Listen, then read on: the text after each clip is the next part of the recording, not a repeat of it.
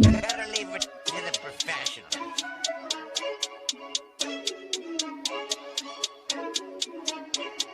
Blessed by Gandhi, blah, blah, blah.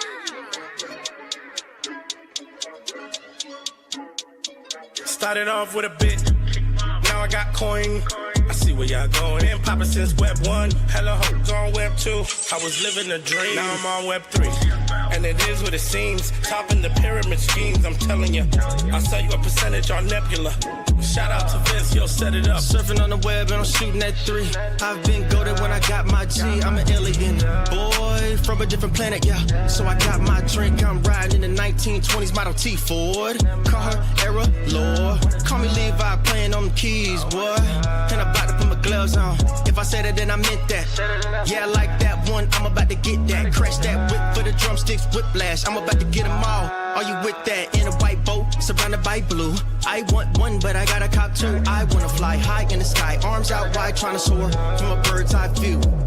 I'm on fire, Ricky, Bobby, cracking the pavement, Whitney, Bobby. I'm a Saki bomb, Hiroshima, Nagasaki. Bruce Wayne been a dog, and I keep it 101, cause I'm feeling kinda spotty. You sipping on some rock, and I'm sipping on octane. The only thing around my neck is the Started off with a blockchain. bit, now I got coin.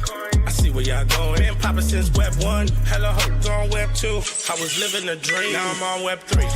And it is what it seems, topping the pyramid schemes, I'm telling you. I'll sell you a percentage on Nebula. Shout out to Vince, yo, set it up. NFT, Twitter, blockchain. Seeing with the ghosts and we ballin' like the Brown James. Crypto. We can make a trade, get the memo. The feels not falling for the FOMO. Listening to Coffee with Captain. You know we worldwide, they loco. I ain't never gonna stop rapping. Orlando, yeah, we working magic. We rocking Ethereum entities. I just went and caught me a half base. Man, I got a shout out Started to off with a 40. bit, now I got coin. I see where y'all going. Been poppin' since Web 1, hella hoes on Web 2. I was living a dream, now I'm on Web 3. And it is what it seems, topping the pyramid schemes, I'm telling you. I'll sell you a percentage on Nebula. Shout out to Vince, yo, set it up. Freaking the mood to choose one, but they got knowledge to move, son. I'm shocking in shades with my brother in suits. Yeah, them blues is coming. Even though it's hard to pick, eeny, mighty, mo, soda on the mix, no biting lips, it's time to go. Index number 1, no thumbs up, you gotta scroll. Looking at the ghost in studio, it's time to go. I had a helmet on by myself until I met a mask that wanted to have a face off. So I had to bring my chainsaw, full tank of gas in the ride with my brakes off. I'm A1, but a different kind of steak sauce.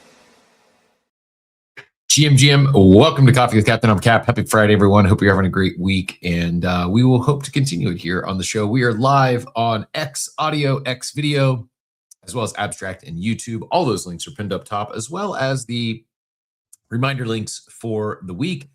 You don't need to set any more reminders. No action needed unless you missed any shows and want to go back and catch the replay. You can go bookmark that for your viewing or listening later. Since it's a Friday and we're on the topic, no newsletter this week, but go drop your email there and give us a sub. We also are going to have to grind to that milestone once again on YouTube. We must have pissed off a couple people yesterday because after hitting 400, we dipped back below. So while you're over there in the YouTube street, smash that like, the share, the subscribe button. We need 2 more of you to get over. We need 2 more. We got to get back to 400 for our Coffee with Captain today. So let us know in the YouTube chat. Make sure to let us know that you want to participate in Coffee with Captain. And we've been picking a lucky winner today. Lucky winner that's going to be pulling a BZ Claw pull and taking home a Grail. The ref code or the QR code now will direct you to our BZ ref link if you've not already signed up over there. It's a fun Friday. So Friday free for all. It's a claw pull day. Coffee with Captain. We got Dort with Clay Nose on the big screen. Curious if anyone hit the midnight showing last night on the Odyssey. I saw that good reviews. I haven't seen a single bad one yet. People raving about it now. You might say probably a little bias there. If someone's going to the midnight showing, they're probably not a critic. Rather, I mean, I guess the critics probably went, but the normies that are going to a midnight showing are probably big fans, and you could expect them to come out with positive things to say. But I mean, not just positive. People like this is no one's best film yet, which is, I mean, if so, would make it an instant classic. They're saying the didn't feel like it was a woke movie even once. So the complaints about poor casting don't seem to hold, and I'm looking forward to seeing. I'm not going to be able to see it this weekend.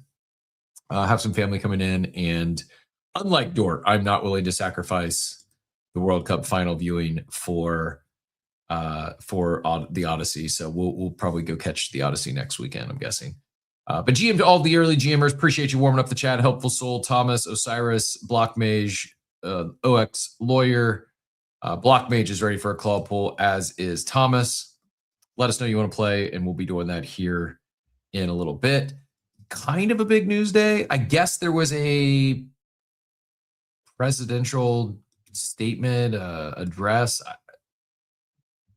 I don't follow these things closely. Usually I get my TLDR on the timeline, but because the algo is fixed now, I have no idea. No idea what was talked about last night. Maybe it was probably a bunch of nothing. I saw that through the main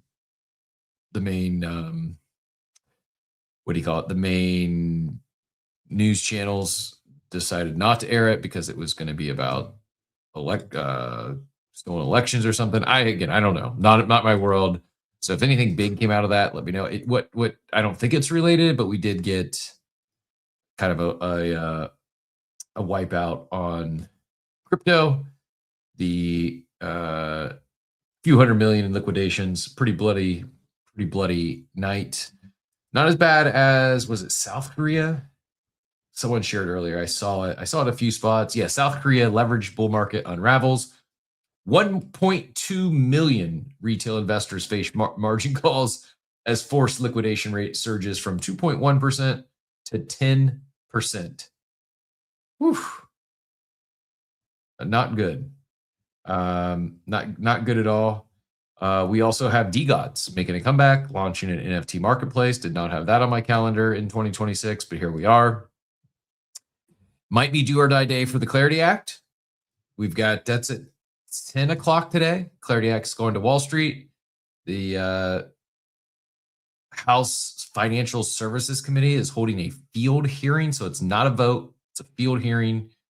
But same day catalyst lands right after we go off air, so should be something to watch today, something to keep eyes on. I will say that I'll pull it up here now so I have some accurate real-time numbers, but the odds of it passing skyrocketed. So if you believe in prediction markets, which they were wrong as often as they're right. So just as I said that, I went and checked, and now it's down again.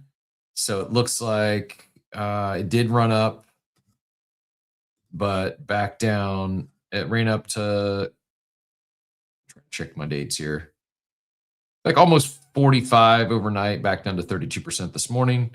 That's on Polymarket. Let me go check Kalshi.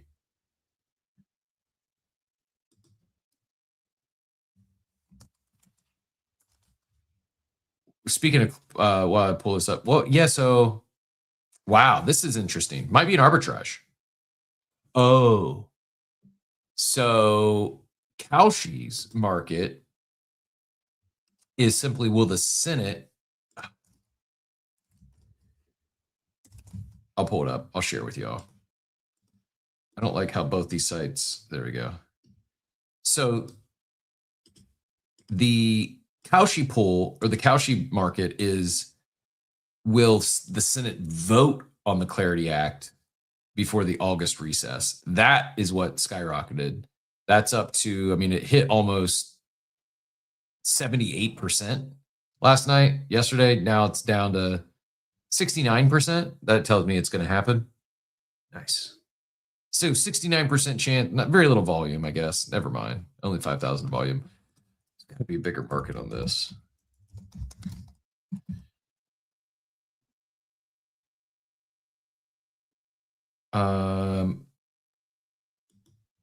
Maybe this is, will crypto market structure legislation become law before October 1st? That's now up to 58%. Before April 1st, 2027 is 4. Oh, these are 2027 numbers. Yeesh. Kind of all over the place. Interesting how where Polymarket has Clarity Act being signed into law this year is, after a pump, it's down back again to 32%. But it did run up overnight and pulled back already. So I don't know. Probably means nothing. Probably wasting our time every time we talk about Clarity Act. Just a lot of song and dance and nothing ever happens. But I don't know. $383 million in liquidations overnight and waking up to things in the red. But we did get a pump. I've been beating that index drum a minute. One of those things, once again, true to the show here, talking about it, pumping bags that I don't hold yet. We've mentioned index a couple of times, and I guess Vlad gave the index account a follow last night, and the token went from like 10 million to 60 million, like in a second, one straight candle. It's pulled back since to like 22 million. So it's still, it's 2x of what it was yesterday at this time, but I still think there's something there. Not exactly, but somewhat related. We're talking utility tokens on Robinhood chain. Reminder to mint your stonk brokers today for anyone that burnt your pup cup or clutch puppy for a white allow list spot. Those are, you had to have it burnt by midnight. It is today. I'll find out and see what time. I don't know. I think I remember noon Eastern, but I could be off on that. Zonka says, yeah, it really sucks having them dangling the Clarity Act like a carrot on a stick like this. I believe the uncertainty is mostly priced in already, but so we can't flush a whole lot lower. But if it gets rejected, the next admin could just flip the table on us. Very, very narrow road forward. Kind of agree. I think it does suck that it's so much like back and forth. And as much as I say, I wish it would, even though there's some really smart people who don't think this should pass in its current form, and it's not great. I think kind of where I ended, I guess I do care, but I don't really care, pass or not. I just think that we need it to go one way or the other. We need to either pass or them to shut it down so we can actually move forward properly. It's just going to be that. It's just going to be like the dangling carrot, this cloud over the space until we know which way it's heading. I just feel like so many are probably, especially the big money, the institutions, the funds, waiting to see which way things go before they really move forward. I say that, and yesterday Visa launched a Visa stablecoin platform. So do we even need Clarity Act? I don't know. I really don't. 8 p.m. is the Stonk Brokers mint. That's right. It was past my bedtime. At least it's a Friday, so should be able to make it. Should be able to make it. So yeah, we'll hit on that. We'll hit on Ola Diego. Ola. I don't know where Visa's stablecoin platform is. We will double tap. I saw the headlines, but I did not dive into it.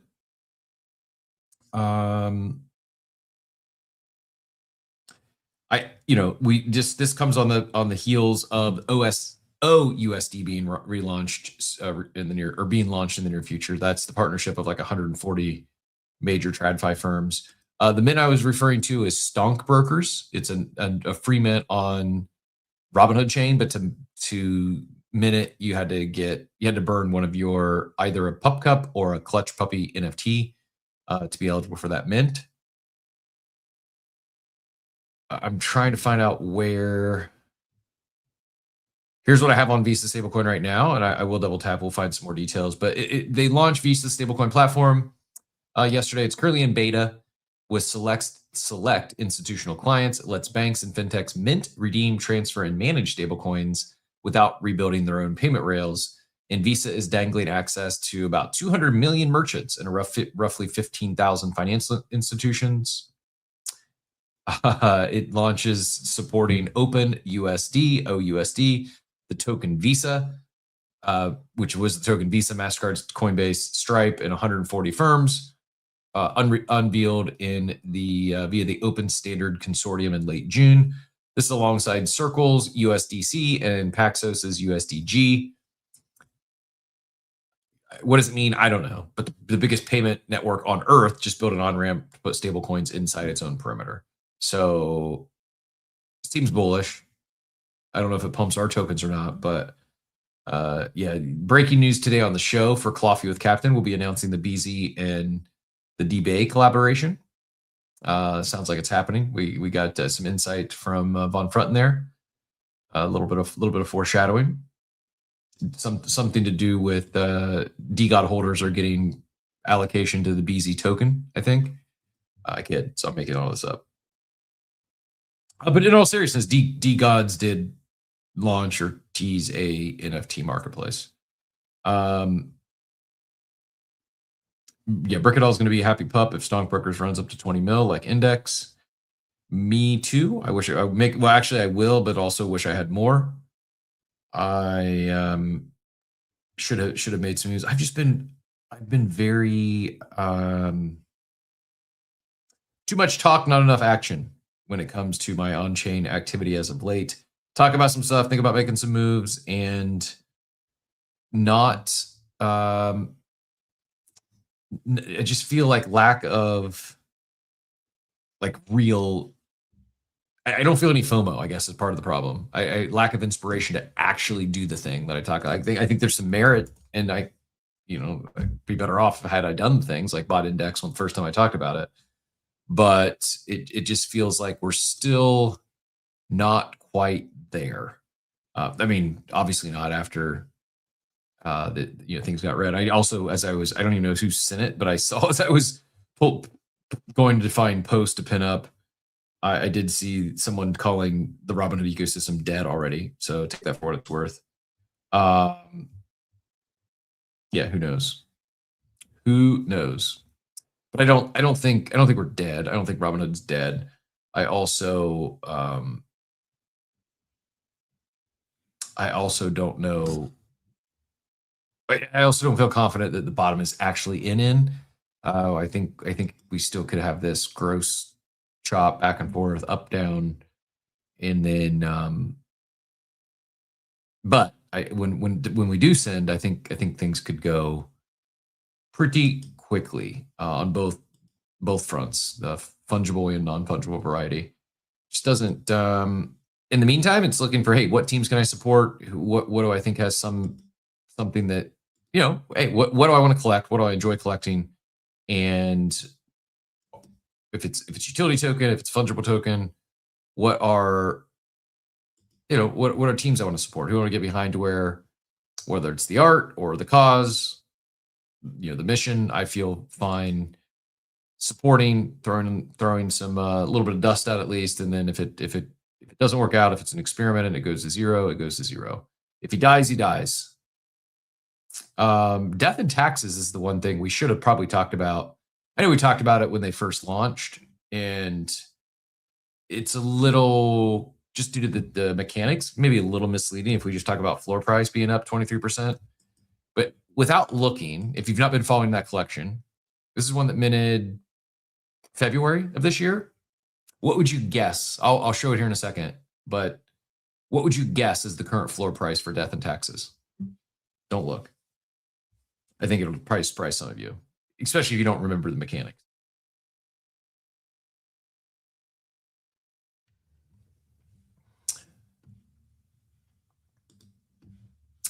Zane, you can bull post Odyssey, but you can't FUD the World Cup, man. What are you doing? Not allowed to do that. Yeah, I think the Visa stablecoin platform will probably support multiple stablecoins, multiple chains. I do not think DeGods are back. But yeah, they are on the top of the charts. Good call. I said that yesterday. I need to start looking at Solana NFTs again if we're gonna during our daily market update. Primarily not because of DeGods, primarily because of Klainos. But if you look at, and Klainos floor is up 26% in the last week. Floor is 18.56. If we look at volume, it's Klainos dumpster bags, which is the Kongs project on Solana. Tomorrowland, I'm not sure what that is, and then DeGods coming in fourth, but it is up. Floor's up 30% in the last week. 5.04 Solana's floor. Let me just share so you can see. We're doing daily market update in reverse today. It's a free for all Friday and open mic. So if there's anything else on your mind that you want to talk about, I said, well, Flyover Clarity Act once again. Someday we can finally stop talking about this. May talk about, I don't know. I don't really feel like talking about liquidations, but we may circle back to that. Double tapping on this Visa stablecoin platform. What does it mean? And this DeGods NFT marketplace, and then also, unfortunately, Mega ETH sunsetting their Mega Mafia, which was a little bit surprising. I'm not losing hope, but I don't know where the hope comes from. I should say. And then Robinhood Chain, it's not just index, it's not just the memes, but they flew past 200 million TVL. Robinhood Chain might be what we hoped, me hoped Mega ETH would become. Maybe not, but back to NFT land. Claynos again up 7%, 26% on the week, 18.56 floor. Dumpster bags down 12% on the week to 0.67. Don't know what this Tomorrowland is. DeGods up 31% on the week. 500 some sold volume, 112 sales, and it's up to now a 5.04 Solana floor over trailing Mad Lads at 8.26, SMB Gen 2s at 15.85, and the king of Solana, obviously Claynos, still holding that top spot on 100 sales and still only 1.3%. 136 of those listed. Pretty wild. But looking over at ETHland, death and taxes, you might be surprised to see the floor is now 6.69 ETH. Like I said, it's a little misleading if you're not familiar with the mechanics, as now the supply is only 105. And how this works is the holders, they got to pay a tax every day. If they pay the tax, they continue on. If not, I think the NFT gets burnt. But the last one standing, I think it's 11 ETH maybe. So there's, if they've held this whole time and they've paid the taxes, they're looking really good. If you were to go in and enter now at 6.69 ETH for maybe a 2x, if I'm understanding the mechanics correctly, and it's probably not a full 2x because you're gonna have to pay the taxes to get to the end. But I don't know. Even though I didn't participate, it was obviously one that had you minted and played around for a little bit. You probably do well, and I appreciate the on-chain experimentation, doing different things, just like normies, doing some different stuff, leveraging the tech.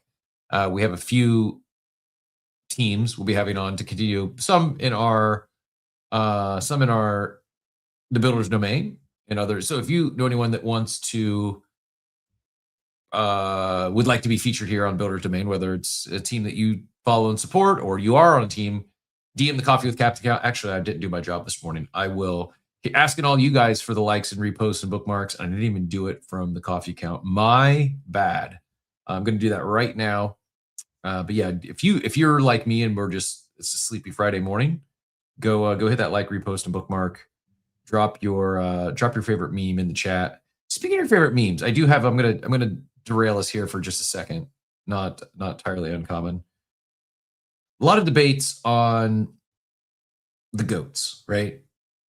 Jordan versus LeBron. LeBron's got to make a decision, by the way, because he's holding up. Adam Silver won't even release the schedule because he needs to know where LeBron's playing. Truly the face of the league.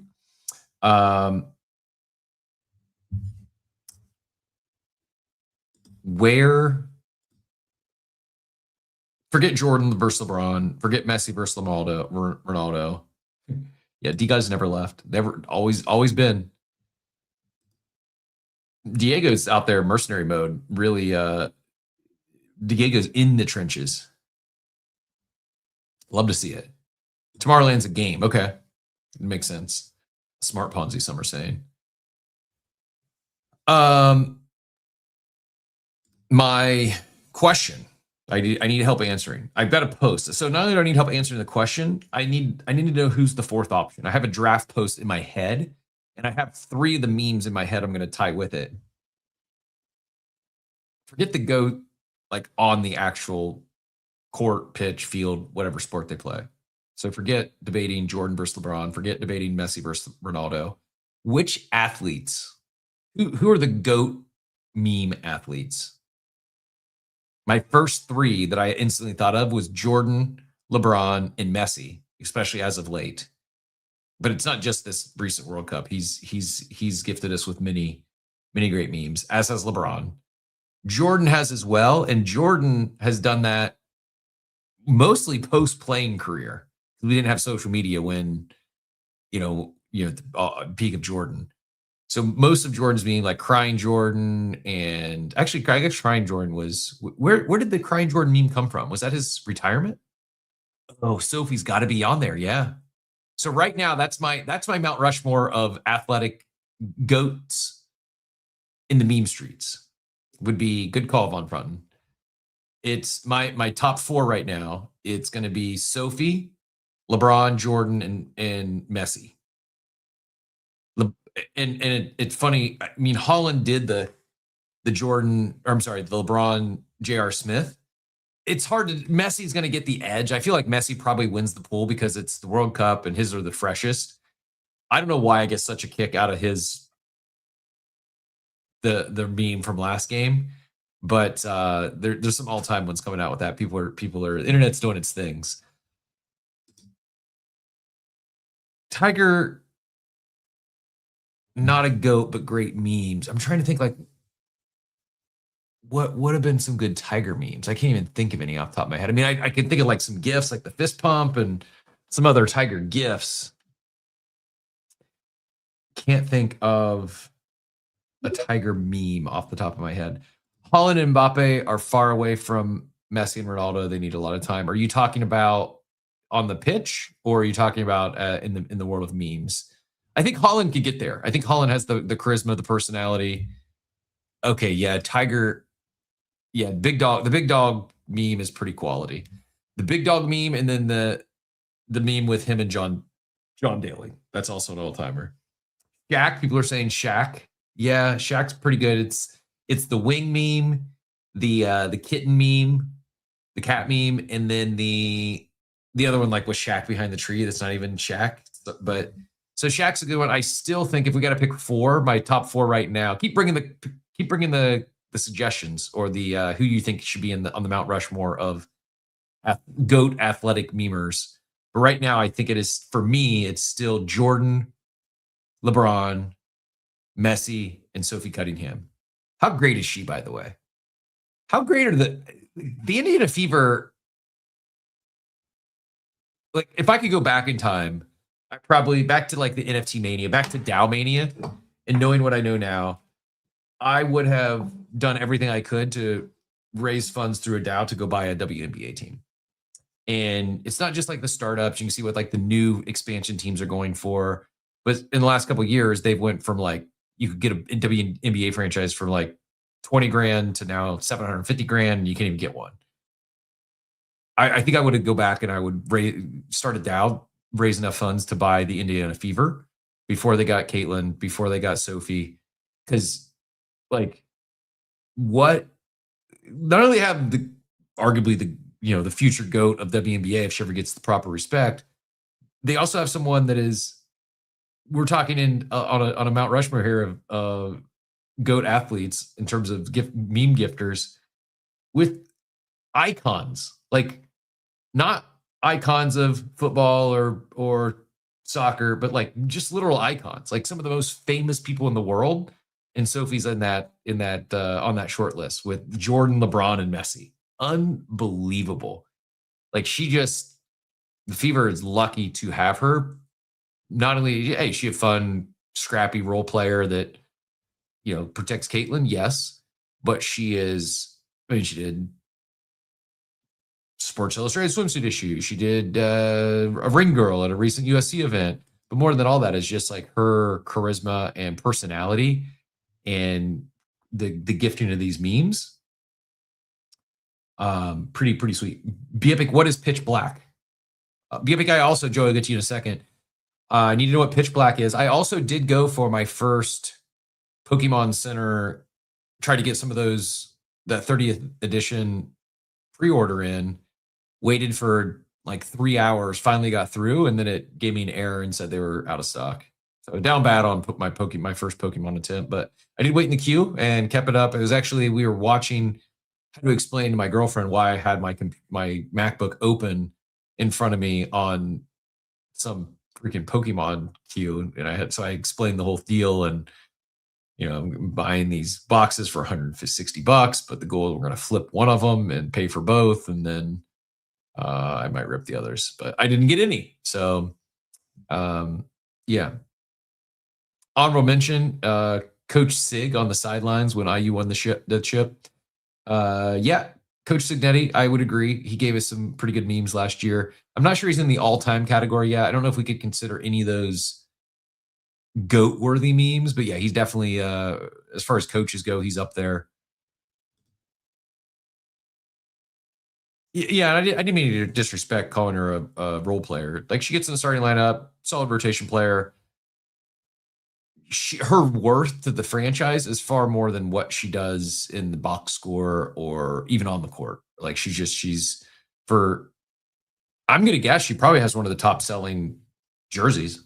Let's go find out. Top selling WNBA jerseys. Got to be her, right? I mean, I'm guessing Caitlin won, and Caitlin, Angel Reese, Sabrina Ionescu.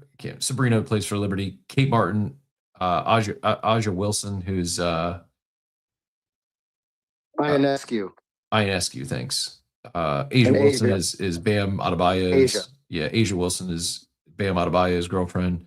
Although, so they didn't show up on the first ChatGPT or Google AI list, but then I see a post on X that says Caitlin and Sophie have the top 2 selling WNBA jerseys. They make up 71% of the WNBA jersey sales. That's incredible. Top selling player jerseys since 2024. Number 1 is Curry. Number 2 is Caitlin Clark. 3 is LeBron. 4 is Doncic, and 5 is Wembanyama. I know you guys like my lack of proper grammar and struggle pronunciating some things. This morning, my girlfriend asked me, like, imagine this. Obviously, her first language is not English. She speaks fluent English. She's perfectly fine. But she'll get like hung up on a word, or like, if I say something wrong, tell me. I'm like, you're asking the wrong person. So she just asked for help. Like, as she's learning. She's been here like, say, 5 years. And she actually had English in school, and she spoke English before she moved here, but like living in the culture and speaking it daily for basically 5 years. This morning, she asked me, what is the past tense of sweat? And I'm like, I think it's just the same. Sweat? Maybe sweated? I was sweaty? Like, I don't know. Like, English is an effed up language. Like, it's, and I do, like, so now I did just have to check it, because I truly didn't know the answer. It's because it can be both. It can be sweated or sweat. I don't think, like, sweated is standard. It sounds really, I mean, maybe it looks fine in a sentence. Sweated sounds really weird to say audibly. Maybe it's just me and I say things weird. But she's like, what's the past tense of sweat? And I'm like, sweat? So it's either sweated or sweat, either one. While sweat is an irregular variation, is also recognized in most dictionaries. I sweated or sweat during my run yesterday. See, I think I naturally would say I sweat during my run yesterday. But that's weird when you're thinking in our language. It can be present tense or past tense. But my brain almost went there, Sewell, or lawyer. My brain almost said swote. No, and then before I said it out loud, I realized that's definitely not it. But we have an effed up language, and I don't speak proper King's English to begins with. Yeah, I caught my Freudian slip there. And I have someone whose English is their second language asking me for assistance. Like, this is how we break things. But yeah, I think I just naturally default to, just say it the same. I sweat. It's a weird word. And it's not the only one, but when you're living with someone and they ask you these questions and you realize, man, our language really is would be extremely challenging to learn as an adult, I would think. Thankfully, the world has bent the knee, and they for the most part speak English, and I don't have to learn foreign languages.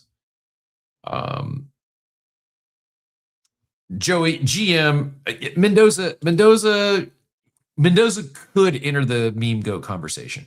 I don't think he's there yet. Mendoza has done it, I feel, more with his play, like the gif of him scoring the touchdown in the championship game. All-time gif, all-time clip. I think he could get there because he's such just a genuinely, authentically cheesy guy. Like, I think we could get some great clips from Mendoza. I think it's too early in his career. So I still think my top 4 are Sophie, LeBron, Jordan, and Messi. Oh, the jersey post is fake, not true. I don't know why people do this. Why make shit like that up? I get got on a daily basis on X. Someone got. Oh, it was Phonics got yesterday thinking LeBron signed with Philly. And I just I did the handshake emoji. I was like, you're not the only one, brother. I've been convinced LeBron signed with a different team about 4 or 5 times by now. If you bought a WNBA team in 2021, probably be a good time to be selling. Feels like top for WNBA. Not convinced they'll ever turn to profit despite tailwinds. I don't know. I don't. I still think they got some room to run from here. I will say this: if they continue to disrespect Caitlyn and don't give her proper credit and let her continue to get mauled on the court, and she ends up going and leaves and starts a league somewhere else, or the Saudis fund some some new league, like the WNBA equivalent of Live, I think that would be really bad for WNBA. But as of now, I think they have room to run. But yeah, they do need to start. Now, they gave the players raises and like significant raises, which is even more mind-blowing that Caitlyn's made them all more money than any other women's basketball player ever, and they still treat her like this. But I'll end my rant. Holland also has some legs with on the meme streets. Like the mirror clip was funny. That was AI. I totally thought it was him because he even shared it, I think, which I guess he'll lean into some of the stuff. So I did not realize that was AI. Thought it was real. The Lamine Messi photo with Lamine as a baby, it is real. It's been confirmed. UNICEF actually came out and confirmed that's a real picture. It's a real thing. They did the celebrity calendar. It actually happened. And yes, it was Lamine and Messi. I think the other 19-year-old that plays for Spain, someone had some pictures of him with Messi. That was fake, I believe. But the Messi and Lamine, with Lamine as a baby, it was very real. Pitch Black is a new Pokemon set dropping today. Did not realize they have new Pokemon sets dropping before the 30th anniversary. So how do I get one? Phonics, Be Epic. How do I get a Pokemon Pitch Black set? Is it Pokemon Center? I want to feel something, and I'd rather rip packs than try to trade the charts right now. Joey, do you know where I can get a Pitch Black set box or pack today? Yeah, I mean, Pitch Black isn't super hyped, so I would imagine if you go in, so there's actually a lull right now because everybody's kind of saving up and preparing for 30th. Mm-hmm. I heard people were some rotating out. The cards dropped a little bit. I saw headlines. It was like, this is Pokemon Dip is here. It's the summer dip's here. People are rotating into getting liquidity for the 30th edition. But have the top of the market pulled back a little bit? Joey? Yeah. So what's happening right now in the TCG market? This is not why I came up, but I'll answer your question. What's happening right now in the TCG market is OP17. So that's One Piece's anniversary set, and Pokemon 30th anniversary are all dropping within the next 2 months. I can't remember. I got to look at the dates again. I think end of August is OP17, and then September is 30th anniversary. So there's a consolidation happening where people are selling stuff they don't want or they don't care to collect, or prices are kind of dropping because people are saving up money in anticipation of those two sets dropping. So I would imagine Pitch Black you'll probably be able to find some pitch black in retail. So I don't kind of think like it's not as hyped as Ascended Heroes, and so it'd be kind of like Into the Chaos, or there was the two that I got in the tins that were just they're Chaos Rising. Chaos yeah, Rising no, Pitch Black will be better than Chaos Rising and the other one that I'm drawing a blank on right now. Pitch Black's going to be a better set than those two, but I don't expect it to be as hyped as Ascended Heroes was when it dropped, price wise. And again, with 30th anniversary right around the corner, I don't think people are going to be spending as much money on this stuff in anticipation of 30th. I also am of the belief that 30th anniversary is going to get printed into the ground because they want to make it as accessible as possible. Versus like, I actually just put a blog out yesterday about scalpers and how scalpers are affecting the collecting industry. One of the ways that these companies combat scalpers is they just print shit into the ground. So, because if there's so much supply, then scalpers can't make money, right? So with so many of these Pokemon Center drops happening, and like, GameStop lowering the price of their pre-orders, and it leads me to believe that 30th there's going to be a lot of 30th around. But we don't know, right? We have to wait and see. So I would hit up Target, Walmart, GameStop. You might be able to find some pitch black today. What want to feel something? What time do they like? What time would they typically drop? Like, do I call ahead? Do I dropped? What's that? If the drop is today, which it is, it's usually when the store opens. So like people would be camping outside of Target, Walmart, places like that, waiting for the store to open and then go in and buy it all. If it's a hype drop, right? Again, I don't think there's a ton of hype around pitch black. Like, I haven't seen people posting in the Discords I'm in, like, oh my God, everybody go camp out. The hype drop today is actually Disney Lorcana. Everybody's camping out for Disney Lorcana's drop today. Interesting. It's the Heroines edition, and it's only available at World of Disney and Disney Pin Traders in California. That's the hype drop of the day. Yeah, everyone's saying it comes out today. Best Buy, Target, Best Buy, Barnes & Noble. Mayhem said Pitch Black already sold out in his market. Five Below has cards, and they might have some. TCG stores will have them. Mayhem said the store opened at 7, and there was lines up and down the road, apparently. Wild. It's wild that this isn't even like the big drop. It's just... Yeah, it's not even like, again, it's not even that hyped of a drop. And this is happening. And this is because, again, if like scalpers are, they're looking at it as an opportunity to make money, but I just don't think the money's going to be there on pitch black. So, I mean, we'll see. I mean, you still might be able to go find some. If not, I wouldn't worry about it. I would pay attention to 30th anniversary, because there's going to be some really cool, there's some really, really cool cards in 30th anniversary. What's OP17? OP17? Yeah, Thomas was saying, yeah, it's because of the Pokemon 30th and the OP17. Oh, 1P17? Is that right? That's what, yeah. So 1P17 is the anniversary set for One Piece, which comes out the end of August. So the two being combined at the same time is creating this dip in the market, because people they've already seen the leaks on One Piece 17 and 30th anniversary, and everybody is thoroughly impressed with what's coming. So I had a show last weekend, and I had quite a few people coming up to my table and were like, we just want to sell all this stuff, like Pokemon people. And I was like, are you selling because you're waiting for 30th anniversary? And they're like, yep. Like literally just trying to sell whatever they can to get more money to be ready to buy 30th anniversary. And the same for One Piece. The market was literally a straight hockey stick all of this year.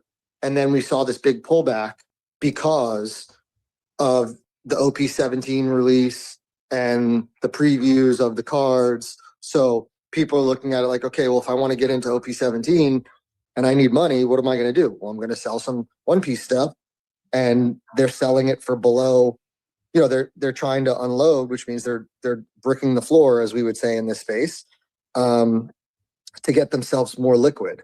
So if you're a buyer, it's a really good time to be a buyer because you can probably find some really good deals out there on Pokemon and One Piece in anticipation of these sets coming with people trying to sell. Yeah, that's what Zane said in the chat as well. Is like, forget chasing some of this newer stuff. Just go buy vintage, buy vintage, and hard to go wrong there. Also, I mean, it depends on. I agree with Zane, but it just depends on what you're trying to do, right? Like if you're trying to build a collection that you're just gonna sit on long term, yeah, just go buy vintage. Go singles, graded. Go buy if you're looking at it from like a long term hold perspective. But if you're looking at it like my brother, he's a Pokemon guy. He wants to master set 30th anniversary because he master setted 25th. What does that even mean? And 20th anniversary. What's master set mean? Master set means get every single card. So just collect. Why is it called a master set versus just completing a set? It's just what they call it in Pokemon. It's called a master set. So because you're a Pokemon master.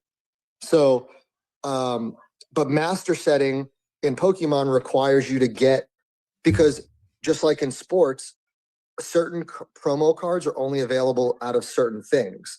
So you can't just go buy like 30th anniversary boxes or packs. You have to go get the poster collection. You have to go get a UPC. You have to go get a text sticker. You have to go get, because each one of those boxes has a promo card exclusive to that set. So if you want a master set, I got it. You have to buy one of everything. That makes sense. So a set, you can complete a set with just the base set or whatever.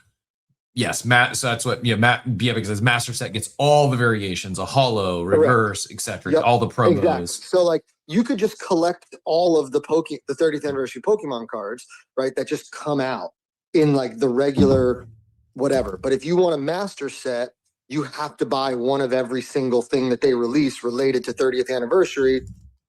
For all the different promos, the variations, the SIRs, all that stuff like that. You can't get all of that just from opening regular packs.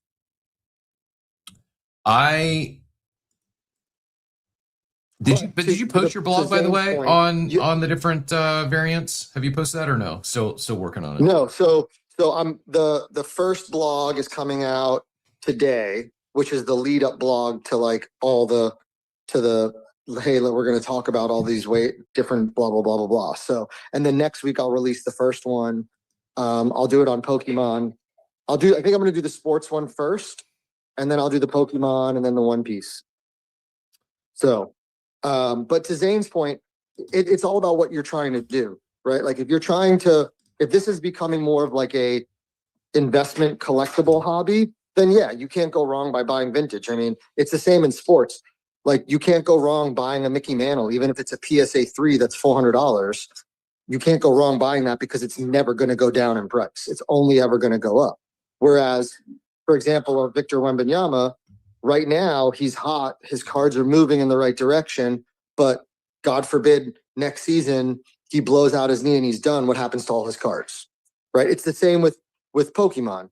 Right now, you can go buy vintage Pokemon from a multitude of sets that are no longer in print, that the price will only go up because there's no more of them in existence, right? The set is done being printed.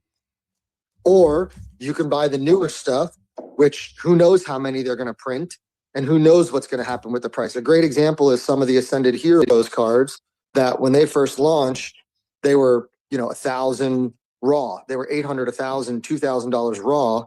Now they're 50% of that because there's so much supply. Speaking about sets I'd like to complete would be, I'm not going to, but I would love to have a set of the 2026 Panini NFT Prism World Cup soccer packs. Holy moly. We're almost at a full 10x. 246 is the current floor. No, we were. Yeah, it hit we were 250. Over 250 yesterday. Sheesh. Yeah, we were like 251 or 252 yesterday. Wait, real quick on the meme thing. So before we change subjects completely, because that's why I came up. So I don't think you could put Sophie Cunningham up there yet. I think right now she's hot. She's popular. The meme is all over the place. The pointing meme, right? Like, but is it going to stand the test of time? And that's my only thing about you putting her up there with the other ones. Like, those other memes have been around for 3, 5, 10 years. So, and they're not going anywhere. So if we're talking about like right now, what's hot? Yes, Sophie Cunningham's pointing meme, without a doubt, deserves to be up there. But all time, I don't think she's cracked the top. Who would you be? 10 Who would yet. you? Who would be your? Because people said other than Jordan, LeBron, and Messi, others, multiple people said Shaq. Multiple people said Brady. Who would be your fourth? There's so many good ones. My fourth, got to pick one. Who's going on the Mount Rushmore of all-time GOAT memers, meme gift gods, with Jordan, LeBron, and Messi? Who would be your fourth if you had to pick one? Are we talking about like? Okay, so yeah, my not any fourth singular, one all not any time singular, not just a singular meme, but okay, so the like ones they that, have like multiple, like they're responsible for Yes. multiple memes that are like LeBron, Okay. LeBron and Messi. It seems like almost every year they give us a meme that people are still going to be using 10 years from now. Yeah. Man, that's a tough one. I would say, I think I think it's Shaq. I mean, that meme of Shaq where he like, Absolutely what I'm thinking about. Sweating, swote. That and my brain is thinking the rest of the day I'm going to be thinking about how to pronounce the past tense of sweat correctly, and memes, which who are the goats at gifting us memes. These are the important questions that must be answered here on a Friday Coffee with Captain. yeah, isn't just the past tense of sweat using a word like was in front? So like I was sweating or I did sweat. I don't think sweated. I mean, maybe I'm wrong. That the dictionary says sweated is proper. Sweated a word? The dictionary, I didn't think it was. But yeah, the dictionary says sweated is the proper word. You can also just use sweat, like the same word, but the dictionary says it's sweated is proper, which I would have. I might have we guessed also have that. things like moose and geese and goose. Such a broken like- language. And like you could use the same word through and through. Like what? Like why is our language so complicated? I don't know. Good question. Thomas sweated a lot at work yesterday. It looks okay written. It sounds really odd to say for me, which a lot of things sound odd when I say them, but here we are. Also, Hizzy shared like what my call on buying a WNBA team in 2021 would have played out right. Maybe now is the top. Houston Rockets owner just purchased the WNBA's Connecticut Sun for a record $300 million. Franchise set to move to Houston ahead of the 2027 season. Upon relocating, they'll play at the Toyota Center and revive the historic Houston Comets name. And then Von Front adds Project B is actually the alternative to the WNBA, has some serious backers. It's going to be interesting to see how this plays out. I also wonder, I wonder if, I know, is next year the Women's World Cup? Do you know, Joey? I'll Google. Next Women's World Cup is Soccer World Cup? Yes, 2027 in Brazil. Okay, so it is next year. I wonder, like the U.S. women's national team is really good, like arguably the best in the world. They've won multiple World Cups. They've won, I think, I don't know all their credentials, but they're really, from a competitive standpoint, they've got Trinity Rodman. Dennis Rodman's daughter is one of the stars of the team. So they have some star power. Is it crazy to think, like, I'm not saying that WNBA can't have a moment. It could continue to grow like it is.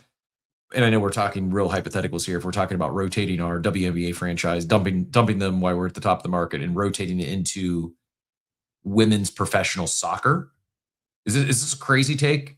I've not thought this out. This may sound crazy. Like, wait, are you talking about that? You think women's professional, the NSWL is going to be the next WNBA? could it be bigger? Like, I don't even know. I couldn't even told you what the. There's no way. There's no way. Like, we are not a soccer nation. There's in no way. I wouldn't say no soccer way. League surpass the WNBA when why not? We are a basketball nation, and the WNBA doesn't even do that well. But this is my point: is the WNBA hasn't done that well. NWSL also hasn't done that well, but soccer's having a resurgent, partially due to the World Cup. We got Women's World Cup next year. They have stars. They've been good. Like, if the momentum continues on in the U.S. following the World Cup, also, by the way, we beat up pay for play and how broken youth soccer was in the U.S. I'm going to pull this up next. Apparently, they're making some changes, like, or at least there's calls to like seriously change the structure and eliminate pay to play as it exists following this World Cup. But they've got stars, like they got legit stars. No way. You're cut out. I would say no way because it's such a bigger global game. Is my point. Like, is the WNBA? Yeah, but there's no what international women are coming to the U.S. to play? Like, I just don't. Well, my point is, I think there's a much greater chance that we could get international women to come to play American Soccer League professionally than we could get for like the MSL. Like, I just that they're not in the twilight of their career. Like, I do think we'll continue to see more superstars as they get, like, their retirement tours could be the MSL. I think that could continue, but why not? Why like, okay, what's the premier female soccer league globally? What is it? Is there one? Because part of me thinks that must not be if the U.S. women's national team is number one in the world. Like, this is something that it could be the best product. Like, and maybe it is today. Maybe the NWSL is the best professional women's soccer league. I don't know. I am just literally had this thought for the first time, but part of the iconic triple espresso that brought home the 2024 Olympic gold. Trin was drafted by the Washington Spirit at 18 years old. So you got a young superstar, one of one player. Sophie Wilson, 25, was the NWSL MVP and championship MVP. The final shot of espresso, Mal Swanson, scored 4 goals at the 2024 Summer Olympics after sitting out the 23 World Cup in Kansas City Current. I don't know. Maybe this is a crazy take, but I wouldn't say no way. I would say, why not? I think I might be thinking about rotating my WNBA franchise that I don't own into I didn't know it was even called the NWSL till like 30 minutes ago, or like 3 minutes ago, but top professional. I don't know.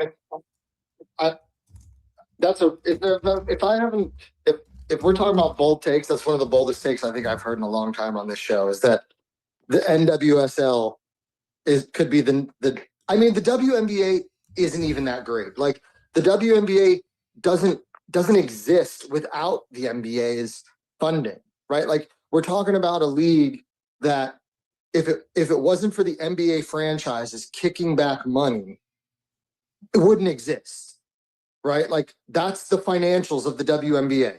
They need the NBA money to even exist.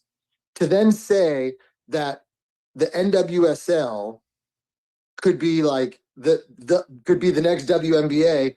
How, when the MLS isn't even as big as the NBA? What the MLS probably would have to. I don't know. Maybe I'm thinking about it wrong. Maybe it is like I think there's like a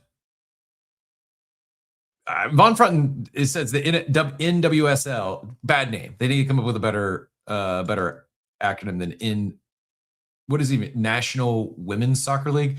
as an investment opportunity. Yep. Since it's serious play, a lot of money going into it right now, and I think maybe if you don't agree that the NWSL could flip the WNBA, maybe what it could flip is in Major League Soccer, and per Google, the top professional women's soccer league globally, number one is the United States. They're saying that the NWSL is widely considered the most competitive and financially robust league in the world.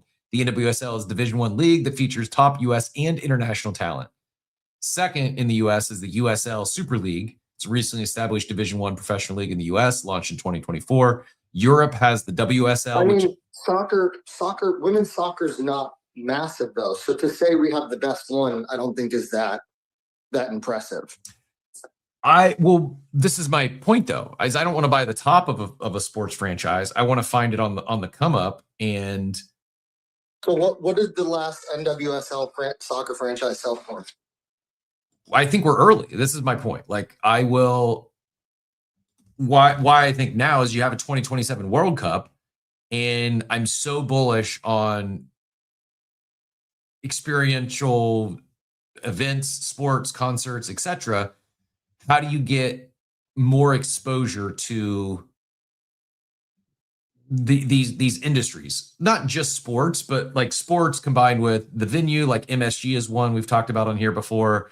There are others, but what were the tops? What did NWSL franchises sell for? Bad name. I think so. They sell. I mean, this is shocking to me. Current average valuation is roughly $184 million. They got to be making some money. Say that again. What was $184 million is the average valuation right now for an NWSL franchise, with top established selling teams going for anywhere between 113 million to over 300 million. So similar to WNBA, at least that Houston franchise. New expansion fees have skyrocketed, with the league's 18th franchise in Columbus paying a record-setting $205 million to enter the league in 2028.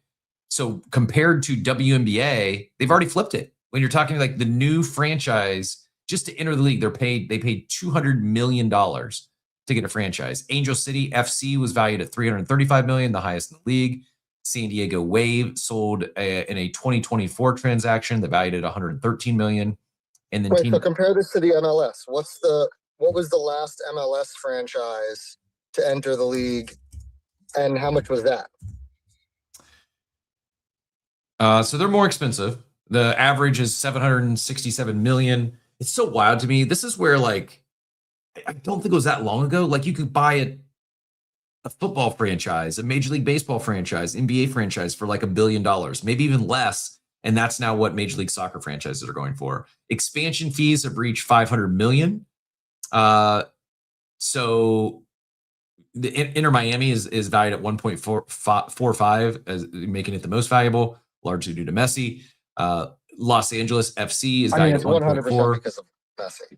LA Galaxy 1.1. Kansas City Sporting, $700 million valuation. And Forbes list anyways has Los Angeles FC still above Inter Miami, actually, but Inter Miami growing the most. Revenue these teams make like 100-ish million.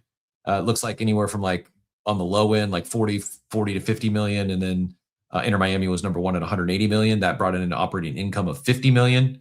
So looks like most of them are profitable. Some lose in like the single digits million. That looks like the worst loss was 12 million. Toronto lost 12 million. Columbus Crew lost 10 million.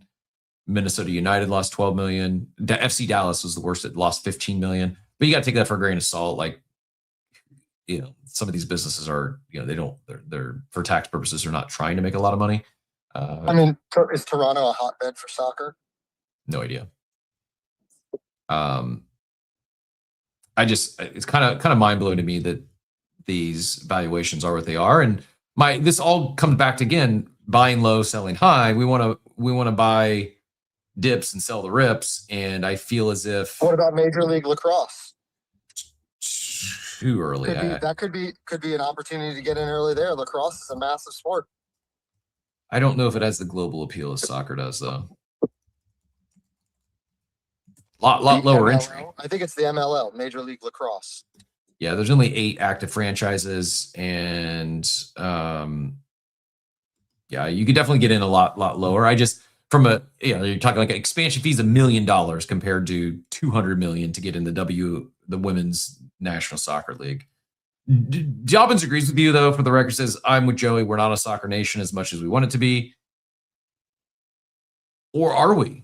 Like again, the women's national team league is the top professional women's league on the planet. So like we could be. I know we have a ways to go on the men's side, but I think there's a chance if this momentum continues, which I expect it to do. Like, let me ask you that, put another way. Is women's soccer going to be more popular this summer or next summer? Like, I don't think there's any scenario where it's less popular next summer when you have the Women's World Cup.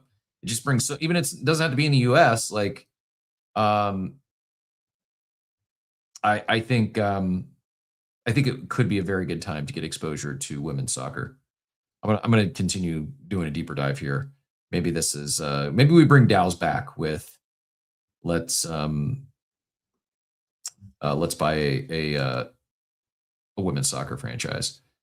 Index fund. I'm jumping around here a little bit, but index fund. I was looking for another post, and I happened to see this in real time. Not number 3 among all stock buyers on Robinhood chain. 644K, 0 sold. Things are heating up over there on Robinhood chain. I think the memes might die off, but I think the chain might continue to surge. Let me. Can we talk about this DeGod marketplace? Yep. Yeah. Let me do this though. Let me knock out a quick. Let me just finish the market thoughts. Knock out a quick market update. We'll talk about DeGods, and then we will do our Coffee with Captain Claw pool. If you want to be chosen for the Coffee with Captain Claw pool, let us know in the chat. Just express your interest, and we'll pick one active commenter for the Claw pool today. I would appreciate that like and repost while you're at it. But share your best sporting meme, and there you go. You pick, and then Cap picks his favorite out of all the good call. Athletic memes. The only criteria, yes, share your favorite sports, your favorite athletic meme in the chat to be considered for Coffee with Captain. The only criteria is you can't use Messi, Jordan, or LeBron. You can't use LeBron, Jordan, or a Messi meme. You have to use something other than those 3. Yeah, Joey can't wait to talk about the D-Bay partnership with BZ. We will get to that, but before we do so, and before we get to Coffee with Captain, this is the Daily Market Update. Coffee brewing. Yeah, the market's in play, charts on the screen. What the numbers gonna say? We got offer in the cup every single day. Coffee with Captain, market update on the way. Brief one today. We're going to kind of fly over this. We'll do, for those that really are curious, crypto's down. After some green days, we are back. 62, 77, 62 for Bitcoin is down 2%. ETH down 3%, although still over $1,800. Surprised to see it holding, quite frankly. BNB down 3%, XRP down 2%, Solana down 3%. It's at $73. Hyperliquid, oh my goodness. Hyperliquid down 9% to $59. It's down 12% on the week. Is this, are people just taking profits? Is it the great rotation? Do they feel real threat of Hyperliquid chain? Is it over for Hyperliquid? Or is it just is this a dip to be buying? People are asking me. I'm the person. Doge down 2% to 7 cents. Zcash down 4%. I mean, you can see it's a pretty bloody day, and it's not just down 1%, down 2%. A lot of these Bitcoin and ETH are actually doing some of the best, being down 2% and 3% respectively. Hyperliquid is mentioned down 911. I don't know if that's an omen, hopefully not. Let's see what's actually up. DEXE, DEXE, only up 4% though. Pi up 6%. XDC network, try to find Lido is up 1.69%. Arbitrum's up 0.66%. Polygon up 0.39%. And those are the good winners. By the time you get to the 18th ranked token, we're already in the red. Athena is the 18th ranked performer on the day, down 0.01%. So pretty rough day in the crypto streets. Looking at NFTs, this is sort of by one day volume. We were looking at Solana NFTs earlier. We got on the east side, Punk's down 1%, Hyper's down 1%, Pudgy's down 4%, Apes down 0.3%, Azuki up 5% on the day, Mutants up 1.9%, Death and Taxes, as we mentioned, up 22%, now to 6.6 ETH. I don't know where hiccups came from. Fragments of Growth, 21 ETH of volume. Floor is 0.01. Does anyone know anything about this? 1,700 supply. I truly don't know if it's an open edition or if this is pre-reveal. If anyone knows anything about this, let us know. I know nothing about it other than it's popping on the volume chart. 404s, another new collection. On-chain hoodies down 31%. Is it over for Robinhood? The Pup Cup, holy moly, 0.25 ETH floor on that, up 400% as we head into mint day for stockbrokers. You know, you had to burn those Pup Cups to get allow list access, and the remaining ones have surged. 93 sales in the last day, also positioning themselves for the finals over there. Dying is not enough, now up to a 9 ETH floor. Oof. Incredible. So we talked about Die with the most likes in this recent collection. It was a 75 auctions is how they went to market. And a lot of them sold in like the 4 to 6 ETH range. The top sale was I mean, they're all one of ones, but one of them sold for 50 ETH. The floor is already up to 9 ETH, and the next, and it is, when you say it's a thin floor, there's 2 listings. What a breakout. I mean, Die with the most likes, not new, but I feel like this is just had a real moment. Just had a real he's made it moment when the collection raised several hundred ETH. I think it was like $700,000 from the auctions. And then the secondary continues to surge to where there's only 2 listings at 9 ETH and 12 ETH. Floor is almost infinity with 2 more sales. Incredible. NFTs aren't dead. There's opportunity. There's money to be made. It's just you just got to find it. Got to find those who have a little bit of motion. Find those who have some tied into the culture. I'm not seeing anything. This Pio. It's up 11%. You can see some of these Robinhoods are still popping off with volume, but none really to get too excited about when it comes to trying to think with decent volume. Domps. What's this one? Zero R Hood. Like nothing. Just a lot of low effort stuff over on Robinhood chain right now. Thank goodness we have Stockbrokers launch today. Final Bosu up 22%. Love to see that. Kevin team keep shipping, and 0.058 ETH floor there. Clutch Puppies also up 17%. That was the other collection you could burn for Stockbrokers allow list. 800 ETH is the floor, and some other winners there. So it's not all bloody. DeGods, as we mentioned. I didn't realize they still had. I guess it makes sense they bridge back and forth. I didn't realize they still had assets on ETH, but the ETH assets are 0.195 ETH. It's up 8% on the day. And good segue. So let's talk about it, Joey. What did you see anything about it, or did you just come up here to FUD Kev to FUD DeGods and their NFT marketplace play?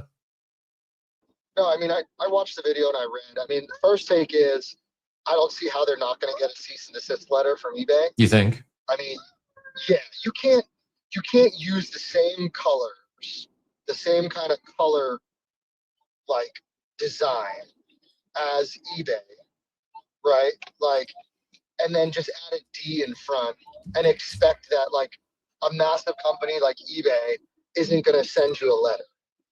That's my first take. And I'm not a lawyer. Maybe Von Frunten or somebody else can chime in on this, but I would wager they're putting themselves at a lot of risk by simply adding a D in front of eBay and using the same color combination. Call me crazy, but so I think that's the first thing. I get why they did it, right? DeGods. So like they thought they were clever by saying, oh, we're just going to call it DBay. So because it's, eBay is a marketplace and whatever.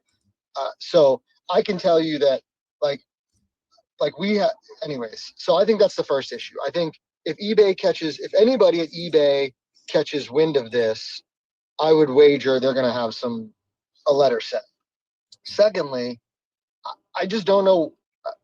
Call me crazy, but how many marketplaces have we had that just have fallen? Like you're trying to take on, I guess, essentially OpenSea, right? Like, and how many have already tried this and failed, right? Like much bigger companies with much bigger funding. Good. I agree, but I also I don't know if it's going to be DBay. I don't know if it's going to be our friends and partners over at Unvault, which are launching soon. I think we're going to bring them back. I'm not saying they're launching next Wednesday, but I think we're going to bring them back on for their segment. Start that back up again next Wednesday.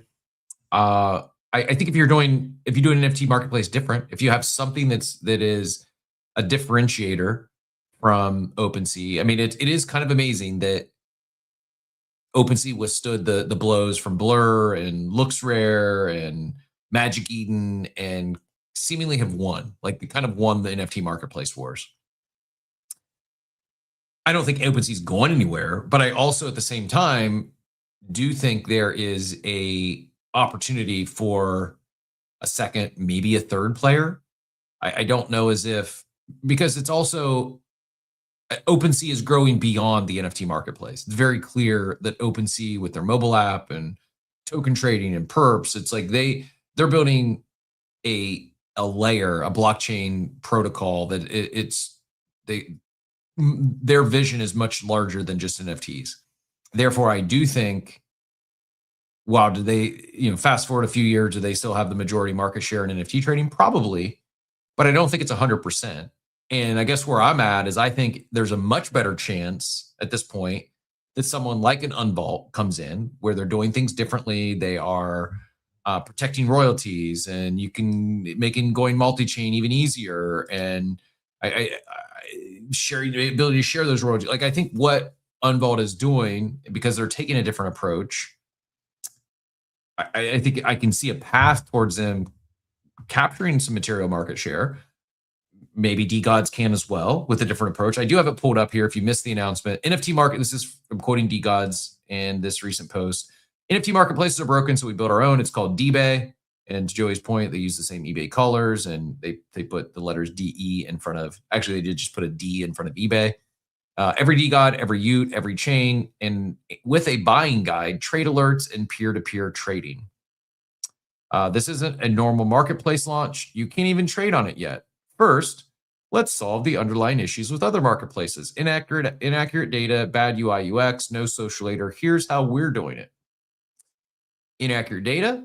This has gotten really bad over the past few months. To fix this, we're pulling data from every marketplace and on-chain source to cross-reference and verify listings. Once we launch buying and selling on DBay, this will be fixed for good. You can see here in the video, 12-second video, that taking the aggregator approach, and then you can choose to buy on OpenSea, buy on Blur, buy on Magic Eden. Bad UI UX.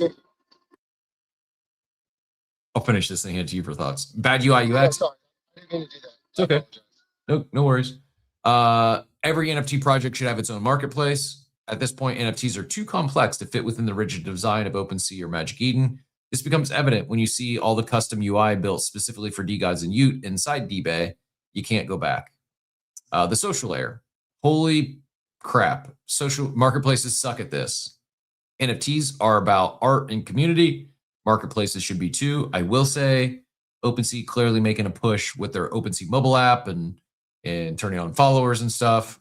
But he says it should be easy to admire another holder's collection. If public and offer them a trade, they can easily accept. D-Bay makes this a reality. I do think not taking shots at OpenSea, what they've built, they're heading the right direction. I still feel there's not a great social layer on NFT marketplaces, and the ability to show off your collection. It's not great, but I know OpenSea clearly making some pushes that way. TLDR, D-Bay is where you buy DeGods now. There is no plan to add other NFT projects. Use D-Bay, de.xyz. Ping pasta got sauce. In Discord, if you have further requests or feature requests and want to report a bug, we'll be improving the site regularly, unlike some marketplaces. So again, does D-Bay become the next leading NFT marketplace? No, I don't think so. And if I had to bet, I'd bet on Unvault being more, actually still being relevant a year from now than I would D-Bay. But I still do think there is potentially a real opportunity to carve out some market share here. I don't think we just have one winner, and that doesn't mean I think someone can just copy OpenSea or Magic Eden or Blur and just do another NFT marketplace. That's not going to work. There's got to be something unique, something different. Not taking shots at DeGod. I don't know if anything I read here though is like, oh, that's it. Like, did they make some valid points? Yeah, the social layer is not great today. I don't see anything in their screenshots that makes me, oh, this is it. This is how it should look. Bad UI UX.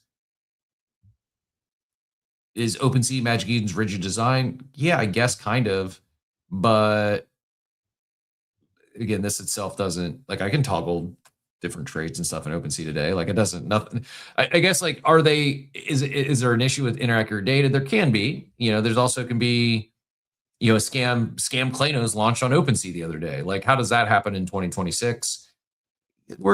We are still a decentralized industry and permissionless industry, and people can do things. Like, you can't have pure decentralization and permissionless and gate stuff at the same time. I know there's probably a middle ground that works, but so yeah, like the TLDR, what they're solving, those three issues they call out: inaccurate data, bad UI UX, and no social layer, valid. I don't know if D-Bay is the one to actually solve it. And nothing I saw in the announcement got me excited about, oh my gosh, I can't wait to go use D-Bay. This is it. This is the future. This is what it is currently. So you can sell on Magic Eden, you can sign in. First of all, they should default to dark mode. But it just looks like another NFT marketplace so far. Like, I know it's just launching. I know they're just getting started, but nothing jumps out to me as even like a feature or something that's like, oh, this is a must. They can see the different art. Oh, cool. You can do that on OpenSea too. Like, I don't think there's anything real unique or exciting that's going to drive the needle. I don't know. I'll hand it back to you, Joey. Any other thoughts on D-Bay or NFT marketplaces at large? Yeah, I mean, listen, if they want to create their own marketplace to shop DeGods and Utes and whatever, okay, fine. Like, many projects have done that before.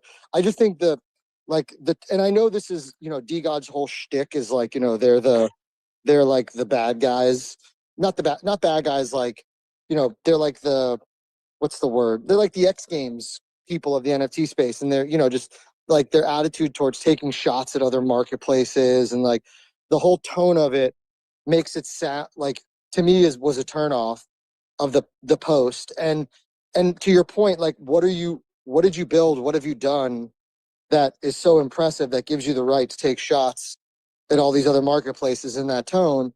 And then you follow it up with, oh, you can only buy DeGods here. So it's like, what did you really build? Like, you're taking shots at all these other marketplaces, but you just built a place for you to sell your own NFTs. So and to be fair, that's just the start. Like, they no, and I get it, and that's fine. I just, again, for me, like, I could care less. I mean, maybe other people do. I mean, does anybody outside of a DeGod holder really care about this? I also misinterpreted it. I know I read out loud that they have no plans out of their collection at this point. It is just their own internal marketplace. Maybe then they plan to white label this to other collections or something. I don't. But yeah, right. I guess you're right. This is just for DeGods, Utes, and Bitcoin DeGods. I don't know, man. I don't I just got to the gym, so let's hope. I'm not gonna miss coffee with Captain, so I hope somebody pulls a banger, and I'm in a good mood. So if they don't pull a banger, and they want to swap it, if you want to cover the difference, I'll refund you. I'll send you the balance. So whoever wins today gets 2 claw pulls if they want. Okay, appreciate it. Generous Joey strikes again. Yeah, I'm in a good mood today.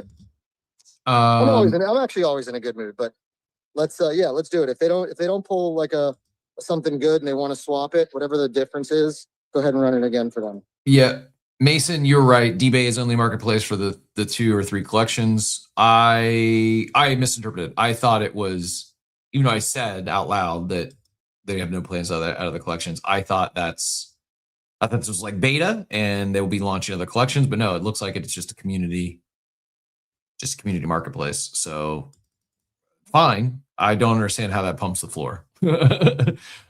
We might be back.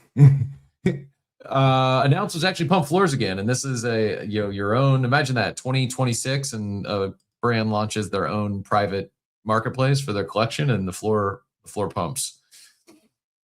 What a time to be alive. I will still say though, I think back to like the whole idea of another marketplace. Maybe Unvault is our savior here. I think give me a marketplace where I can not only buy NFTs on multi-chain, in particular Solana, but also like view them, like have my collection viewable, so I don't have to go to OpenSea and then Magic Eden. I would like, and this is not a veiled down bad because I didn't buy my Klano yet, because it's out of sight, out of mind, and I dislike Magic Eden. But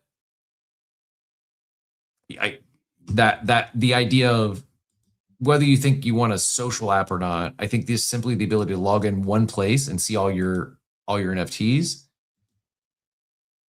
I thought we would be there by now.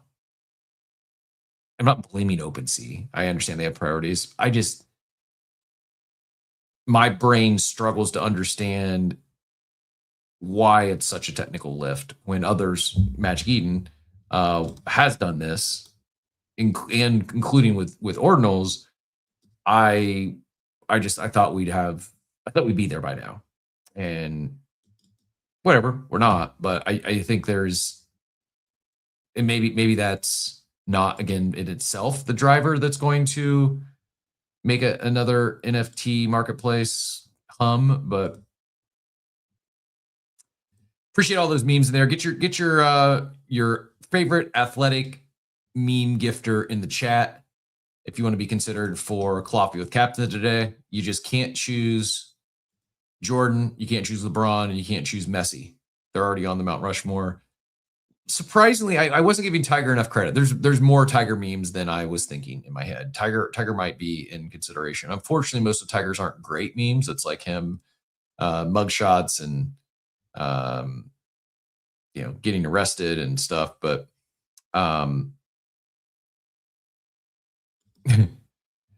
yeah, not a lot of I really am.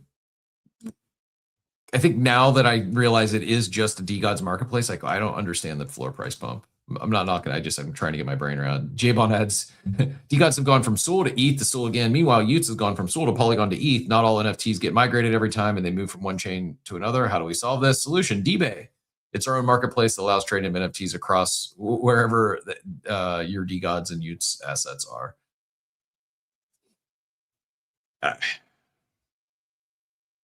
I guess we should be excited that there is actually some. Yeah, Julie said the same thing about copyright infringement on eBay Marketplace. Can't do that. Probably C&D probably coming. And I don't know, maybe they can just not make it look so similar, to choose different color palette. Maybe maybe they take issue with the name. I don't know. Let's see what Achilles has to say on this. I feel like I probably wouldn't even, if I realized before the show that it actually was just going to be community only and internal only marketplace. I might not even hit on it today. I thought they were, I also don't understand, like, from a business standpoint, how you support that ongoing if you're only getting volume from your collections. But that's probably another story. Achilles, you have thoughts on this, whether DBay or I guess just NFT marketplaces at large? Honestly, I'm shocked, Cap. Yeah. I mean, I don't know how, why do these teams just come back with new products that, makes me feel that Web3 is still in its infancy. Mm-hmm. And what Joey said, like, I mean, if anyone at eBay would see that, there is no doubt there's gonna be some kind of repercussion, if anything, some kind of like letter from eBay saying, hey guys, this looks really similar to what we do. Like, it's the same branding, same color, just added a D before it. Number one. Number two, creating a marketplace, the OpenSea has not done they did a fair job, but there's still a lot of missing stuff on the OpenSea level. They had the deal thing before. We were able to actually do deals on, and I used to do deals every week on OpenSea with other collectors. I would like an item, say, hey, let's swap items. You like mine, I like yours. We just exchange it. They removed the feature. Yeah. This is, I don't understand why they did that. So the point that they're coming with the new marketplace says, yeah, hey, we're going to introduce stuff that are more collector friendly and more community friendly. That makes sense, but I don't think this is the way to do it. I agree with everything you said. Like, it's like, I think OpenSea has made some great moves. I think they're doing some really good things. I like the direction they're heading. And I'm not necessarily a product manager. I'm not a dev. I can give them some grace on this. Like, logically, it makes sense that, like, hey, we're rebuilding this thing. Let's kind of strip it down to what are the core features, and then let's add back in these other features as we go. But let's first get down to, like, let's nail the core product. I hope those are coming. I hope, like, trading, for instance, I hope is coming back. I also like, hey, they're going mobile. Like, the mobile app, it's getting rave reviews, and I guess I would love to maybe when they do their next, like, media push, maybe we get more of an idea of, like, not the OpenSea as a company, but OpenSea as the marketplace, as the app. Like, what does that roadmap look like? What are you bringing back? Are you going to add Solana? Like, I think there's been an assumption that they would get to it at some point. I think we've heard them say that things change, and I don't know. I don't know if on the roadmap is to add Solana NFTs or not. Are you going to add Ordinal someday or not? Like, it's their business. They can do however they want. I am curious on, and this is also why I feel it's good to have, Unvault launching. I feel it's good to have other options as a marketplace. I love the OpenSea team. There's Steve's one of my closest friends. It's great. Like, I'm rooting for them. I also don't know as if competition's good, because it does provide, if you're looking for a trade and swap, a peer-to-peer feature, you can go do that. It may not be on OpenSea, but you can have it. I also think it's like, whether OpenSea acquires some of these startups, or they say, hey, this feature really is popular, or 9 out of 10 customers we talk to that, why did you stop trading on OpenSea and go to Unvault, for instance? It's because of this one particular feature. I think that'll keep them advancing and enhancing their platform. But yeah, go ahead and get back in here, Achilles. Thoughts on that? No, I mean, did you see this app called Holo? Recently was circulating on the timeline. I don't think so. There's Marketplace? this app called Holo. It's like two people from Web3. One of them is a product designer, and the second, he's been like I've seen him in several communities. So I saw it on the timeline, and they were distributing beta access. So I asked for one, and they gracefully sent me a code. So I went in, checked it out. The guys are building a timeline for collectors to share TCG cards. So they're not specifically into NFTs directly, but they're doing it more for TCG. And so they shared, like you have a timeline, you can share your cards, you can have opinions, you can ask opinions, etc. And then you can have your vault, your kind of portfolio on the profile. Really good UX, really good UI. And what I would expect, like OpenSea, I mean, there is a huge collector community. I don't know why they keep reverting back to traders instead of like really giving the tools for collectors to collect. Yeah. Because those guys are never leaving. I mean, us collectors, I've been like since 2021, I've been buying NFTs. I collect the things I really like to collect. And I never think about like, okay, the price is down. Fine, we talk about it. But I don't like really leave. While traders, if they get another opportunity, I don't know, in trading wheat, they're gonna go there, and they're not gonna be on OpenSea.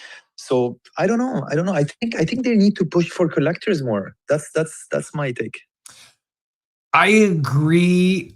I also think I don't know, but I can, putting myself in their shoes. The why behind the other focus is they're a for-profit company. They're a business that was at one point valued at well over $1 billion, multiple billions.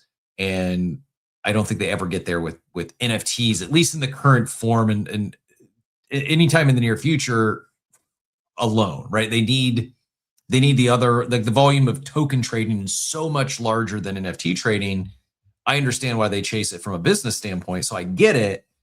I also agree with you that when it comes to NFT marketplace, I don't know if they're going to be the best in the world when it comes to token trading. Could be competitive, could be an easy one-stop shop. I do think they could be the best in the world when it comes to NFT marketplaces and less competition, right? Like when you talk about token trading, Robinhood's going to continue to push in that space, base the same. I don't know if they're going to build out their own NFT marketplaces at this point. So I get. So Cap, let me ask you. So if OpenSea moves to like state that goes into the NFT direction and then creates kind of a TCG ecosystem in OpenSea, what would you think about that? Say it again. Like let's say OpenSea tomorrow says, hey, we're gonna really focus on collectors. We're gonna build kind of, let's say, a timeline with accounts, because they've been adding usernames on OpenSea. So we add a timeline for collectors to kind of share their stuff. The NFT marketplace remains, and then they give us more tools to collect. They bring back the deal feature, and then on top of that, they add a kind of a TCG marketplace. Yeah, I mean that's probably. And when you say talk also like focusing on the collectors, I think, and who am I to say, right? Like they've done fine for themselves. But when you talk about focusing on the collector, I'd love to see that approach where it's forget DBay using eBay's color palette and putting a D in front of their name. I think between RWAs, I mean, that's already happening. From BZ, Courtyard, et cetera, et cetera, et cetera. That's happened. I think taking it one step further and OpenSea taking the approach where we're also going to allow them to show off their buy-in. Like, I don't know, is it? I'm talking through this. You got me, my brain in somewhat of a pretzel, because part of me thinks like, yeah, like lean all the way into collectors, go after the entire collectible space including eBay's core product today, their current core business. And while might we see a dip for the Pokemon 30th anniversary and afterwards, maybe collectibles aren't going anywhere. The market is huge. What is TAM for collectibles? Yeah, in the meantime, I'll tell you, like I bought a card that's at for $260 on eBay. And the first thing they upsell you directly on the checkout is, hey, do you want to send it to PSA for grading? And then you just tick the box and it just automatically sends it to grading and then ships it back to you. And then on top of that, when you ship it to PSA, then you receive an email from PSA say, hey, do you want us to ship it back to you, or do you want us to hold it in the PSA vault for you so you can sell it whenever you want? There you go. And so I think that OpenSea can play this role. I 100% agree.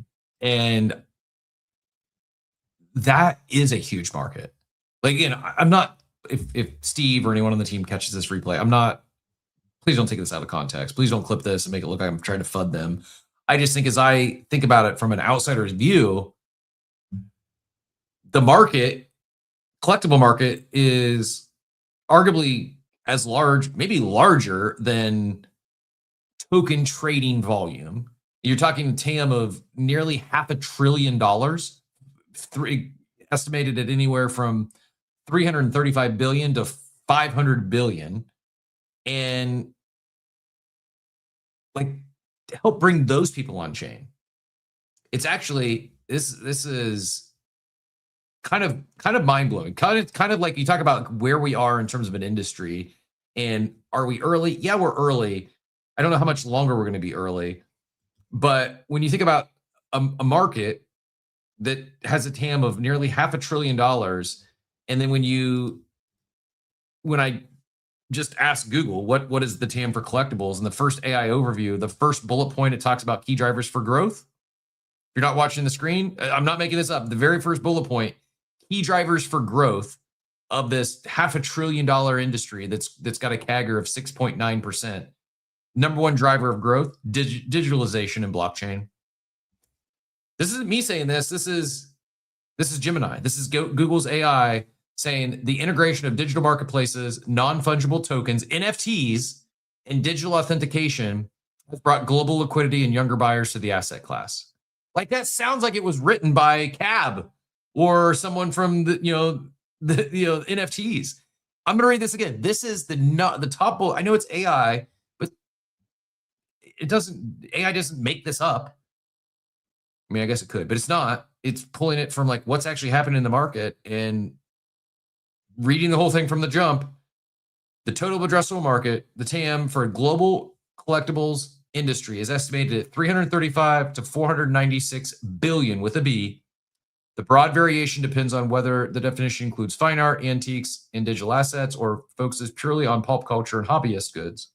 The market is projected to reach 535 billion by 2033, expanding at a CAGR of roughly 6.9%. It's compound annual growth rate. Key drivers of market growth: digitalization and blockchain. The integration of digital marketplaces, non-fungible tokens, and digital authentication has brought global liquidity and younger buyers to the asset class. Nostalgia and fandom. High demand for anime, movie figurines, vintage toys, trading cards being heavily fueled by millennials and Gen Z. Investment appeal. A growing number of collectors now view items like sneakers, comic books, and trading cards as alternative investments. I mean, this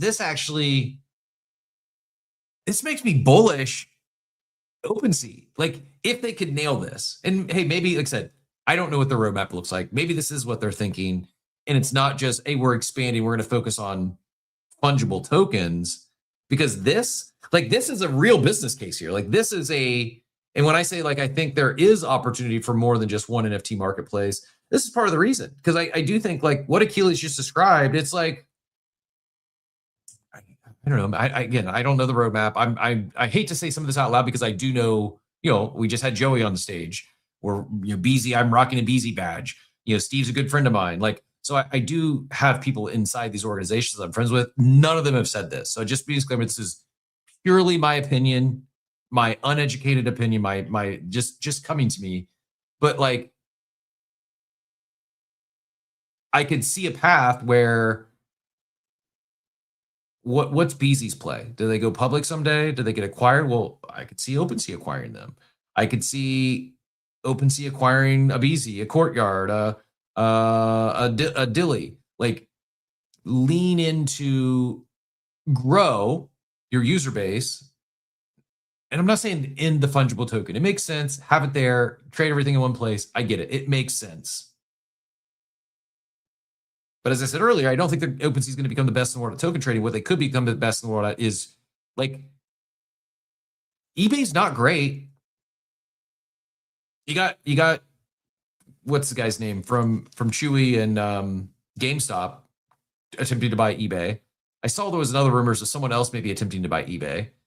In these interviews where Ryan Cohen, I think is his name. Stripe attempting to buy eBay.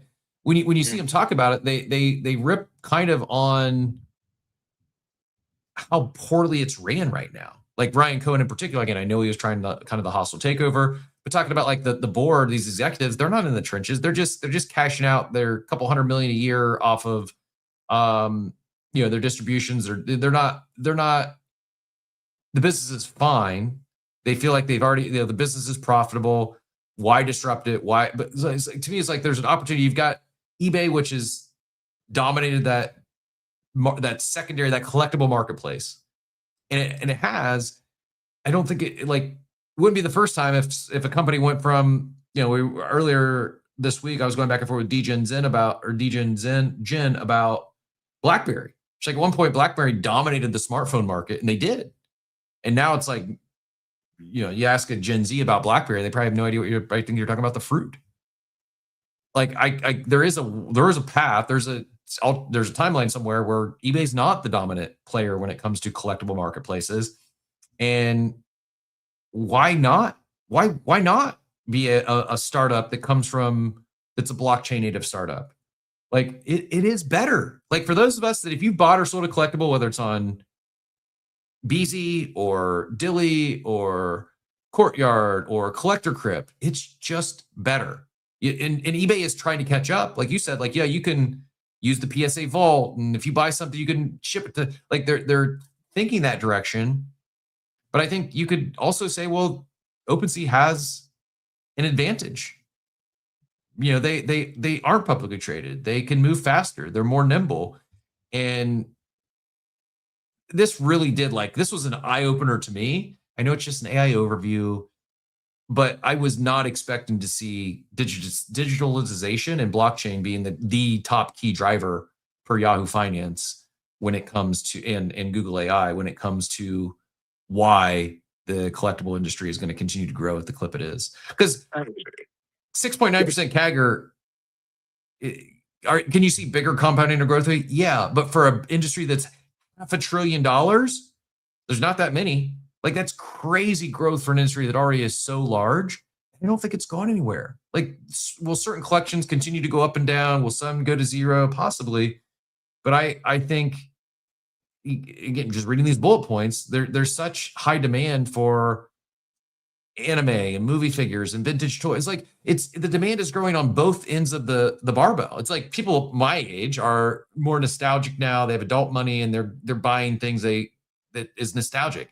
At the same time, you have the younger generation that's digital first, they're digital native, and this is just how they're buying things. They're into collectibles. In some cases, good or bad or indifferent, a growing number of people are looking at these collectibles, whether it's comic books, trading cards, or sneakers, as alternative investments, not just a hobby. So I think there's so many tailwinds for the space at large that, yeah, I don't think it's going to be eBay, but I do think I hope it's OpenSea. I hope they do this, because it's the upside really is massive. Go ahead, Achilles. Yeah, just like also, like, I really think that a lot of people who kind of tend to give opinions and kind of analyze did not go through the journey of actually, for example, buying a TCG card like from eBay. It's extremely complicated and expensive. You have to talk to the guy. The reviews are there, but like, you don't know if these reviews are actually accurate or not. So that's another scare point. Then they send you pictures of the cards, and then you don't know if it's like real pictures or they have been kind of in a way altered in some kind of way. And then you have to trust the conversation with the person to see, okay, yeah, this guy has sold before. He has sales on eBay, so he might probably is credible. But again, does this mean that the product that he's going to be selling is exactly as described? I'm not sure. And so all of this can be, I'm not saying it can be like 100% resolved or kind of like fixed, but community and certain, like coupled with some tools, could actually like give you more confidence in buying more, and therefore increasing that purchasing kind of activity. And then obviously the purchasing, the spend, the dollar spent on the platform. That's number one. Number two, I mean, the thing is, like, if you look at the whole market, and from like on the collector side, the LTV per user can be much higher, because I wouldn't mind paying a subscription to get access to deals, for example, on OpenSea, and to keep my collector profile like evolving with badges, with stuff I could potentially share with friends, collector friends of mine. So I would want to live that experience. So I wouldn't mind paying a subscription versus like paying a subscription on a trading platform, let's say. I would move to another platform if there's a better commission. I don't have any attachment to say like, I'm trading on this platform, so I'm gonna keep trading on this because, hey, I'm loyal to this platform. No. You know, so I think LTV would play a big role as well in the business model, and I think OpenSea should consider that. I agree. To give the other perspective, because I also agree with Zane here, where he says, you know, I've spent thousands on eBay in the past year buying graded Pokemon cards, haven't had any issues. So it's pretty simple. He says, I don't get the whole blockchain argument. Says eBay is fantastic. There's a reason as big as it is. I agree. They've done some things well. There is a reason it's as big as it is. I also think they had first mover advantage or early mover advantage, and they've built in a massive base. It's like when people think about buying and selling something used, like eBay has almost become like a noun. Like it's and a verb. Like it has incredible brand reputation at this point. But I don't know if it's fantastic. I would push back there. Like there is a reason it's as big as it is. Agreed. There's also a reason that I still haven't sold. You can see him here. I gotta hide. Sorry, I gotta hide your comment, Thomas. There's a reason I still haven't sold my 2 collectible FIFA World Cup stuffed balls and plushies, because it's not great for a new user. The friction is real, and the fees are real. Like you're paying double-digit fees when you talk like eBay fees and payment processing. Like it's, I don't know the exact number, you know better than I, but it's like 11 to 13%. So maybe from a buyer standpoint, it's super simple. From a seller standpoint, I don't think it's great. There's a lot of friction. And I think partially where I net out is I've not done thousands of dollars on eBay buying or selling in the past year. I've done a lot of volume on eBay in the past, but it was a former business account and it wouldn't make sense for like anything personal. And so like even the idea of firing up a new eBay account to sell a couple items and not be a power seller. And like, I feel like I'm probably better off to list these on Facebook Marketplace and sell it locally than I am to try to deal with the challenges and the friction that exists with the global marketplace that is eBay, even though that I'd probably sell it for more. Is it worth it when I factor in, the fees are going to take off the top? And then, instead of just someone coming to pick it up, I got to take this to UPS store and ship it. I'd much rather, personally, I don't need to take possession of everything. And I think that's where this idea of vaulting something, this blended model of eBay meets Beezy, I think that's, and Zane agreed, he only buys there and he sells locally. So I think when you talk about a marketplace for sellers, I feel like there's, eBay is far from perfect. It's not just the user interface. It's not just the fee. Some of it just is what it is in the physical world. But I think there is a big opportunity there, and I think what BZ has started, I think plays forward, and I think we could see more and more of this. All this marketplace talk, all this BZ talk. It is a good time to do our Coffee with Captain here, our weekly Coffee with Captain. So I'm going to go find a good meme here, and Vince Carter, a good memer. Mason, yeah, good soccer meme. I'm not sure he's in conversation for, or I'm sorry, golf meme. Not sure in conversation for one of the greatest memers of all time. Eddie Crypto, yeah, you guys convinced me. Tiger is there. Marshawn Lynch, good memes. I don't know if all-time worthy though. But yeah, Tiger's gotten more memes than I was remembering. Sophie is probably my current favorite laid back dad. Him, Sophie, and Messi. Let's go with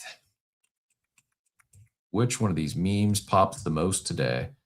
Let's go with, you know what, Digital Dad, because you won me over with not only a meme but also also buying my love, saying it's the best morning show period. Vince Carter and Digital Dad say this is the best morning show period. Vince Carter, maybe not a GOAT meme gifter, but has a few all-timers. And Digital Dad is an all-timer, longtime friend of the show, tunes in almost every day. And one of the great community members out there. Appreciate you. You are going to be today's recipient for the Coffee with Captain Claw Pool. Just let me know. You'll have a few minutes in the chat to let us know whether you want to keep or swap this claw pool. It's going to be the $50 variety today, and I'll pull up the grail, the chase items here in just a second, so I can get it pulled up properly, and we'll see what we are hunting for. But Digital Dad is going to pull a grail today. I can sense it. I can feel it. We are due for a grail claw pull. So let's go see what we're pulling, what we're looking for, what we're chasing. There we go. The silver TCG machine today. Also, that QR code you see on the screen, the top left there, that'll take you right to our BZ ref link. If you've not yet signed up your BZ account, go hit that QR code and get your account set up, even if you're not the one pulling today. But looking at these items, looking at these chase items here, we got some good ones. The top chase item is a 2014 Japanese XY promo Pikachu. Oh my goodness. And it is got a soccer ball on it. So very timely, very fitting. It's a PSA 8 Pikachu going for about $1,200. I would probably vault this one just because of I'm all in on soccer right now. Also, I'm not going to share the name yet. I had a good meeting yesterday for our upcoming football show.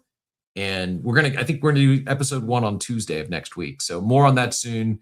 Going to finalize some details over the weekend, but I am actually giddy about this concept, and the name is Guccione. Prismatic Evolution Leafeon PSA 10 is going for $944. You got a Moltres PSA 8 going for $802.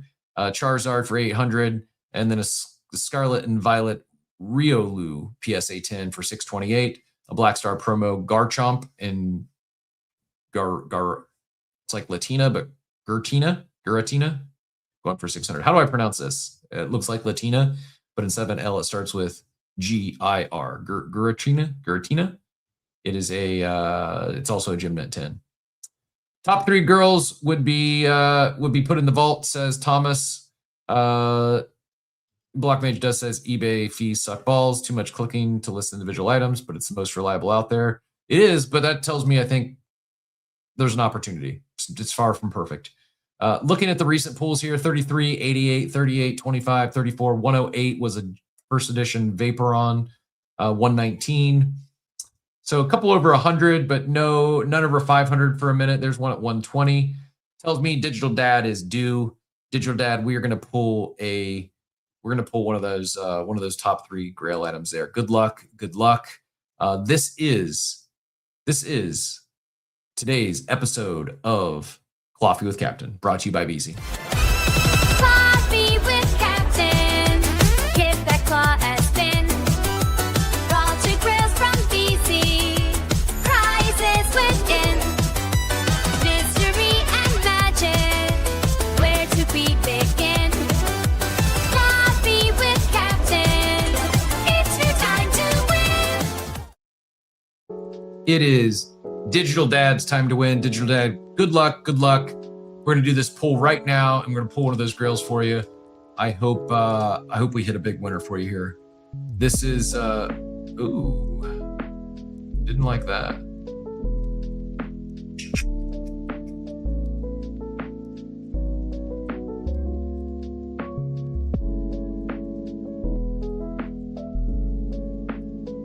Not good. And Joey's at the gym. Let me.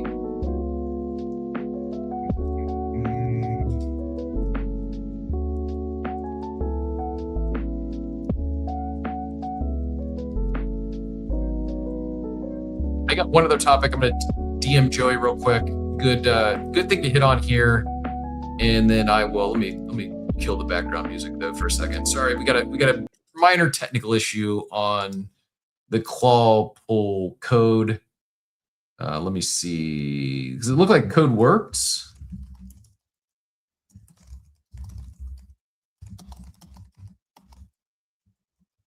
It said insufficient balance, even though after code it zeroed out.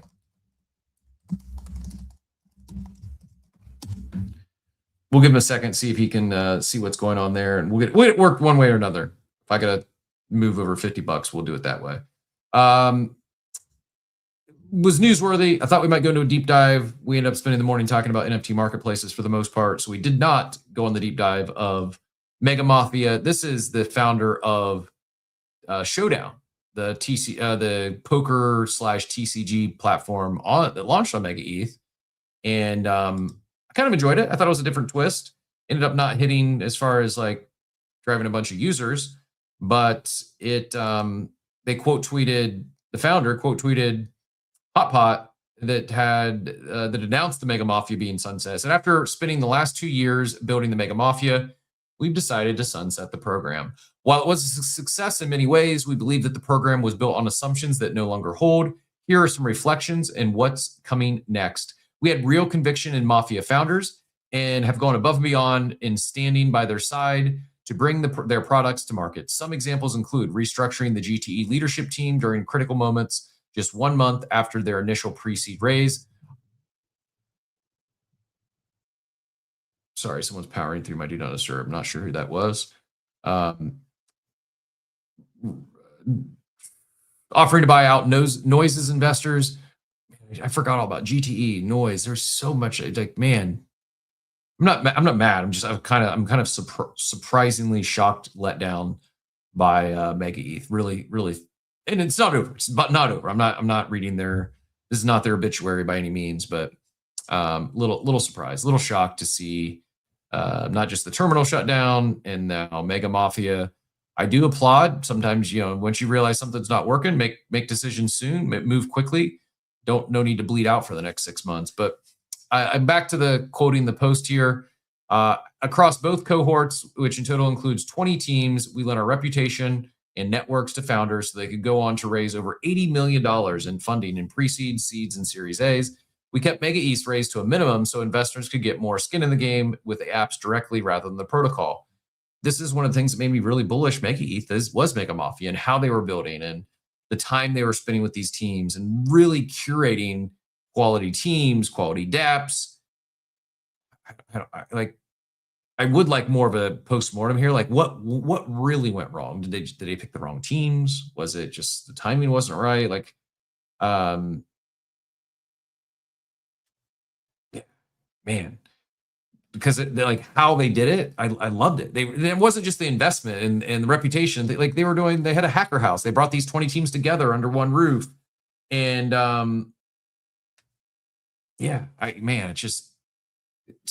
they what they did really resonated with me. How they were doing it really resonated with me. At the end of the day, it didn't land. Whether it was execution, whether it was the 20 teams were wrong, whether it was a mega ETH issue, crypto at large, I don't know. Back on to quoting the post here, though, for teams that had difficulty in raising when the market turned bearish, we extended resources, engineering bandwidth, actual capital. Example, 6 figures in audits for Avon alone, so they could make it to mainnet. We did it solely to help founders see their vision through.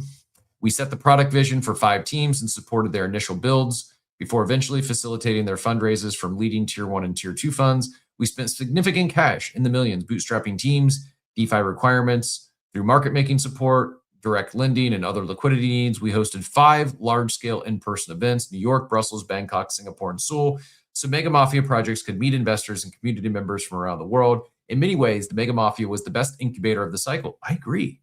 But very little of that has trickled value. Very little of that value has trickled to Mega.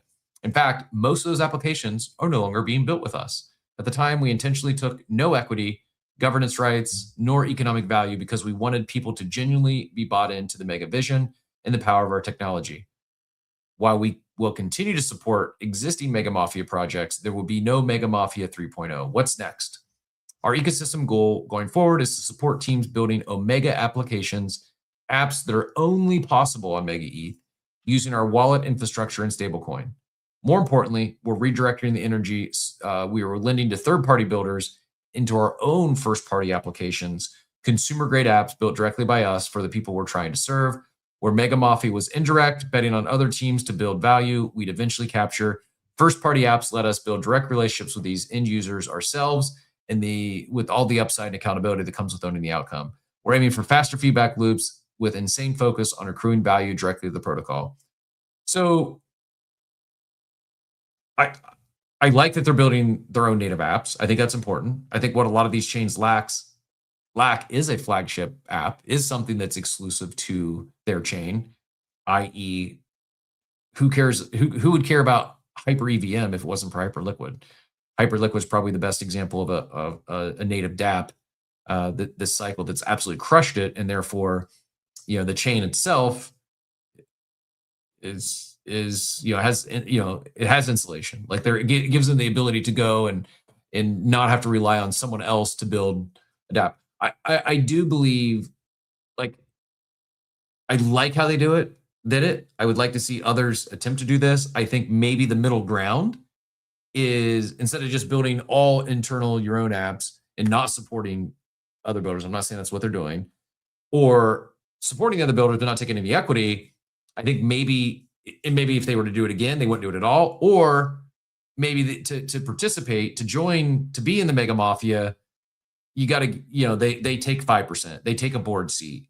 There's a rev share. There's a profit, something to where they're vested, something to where they can't leave as soon as times get tough. Have a little more control over that.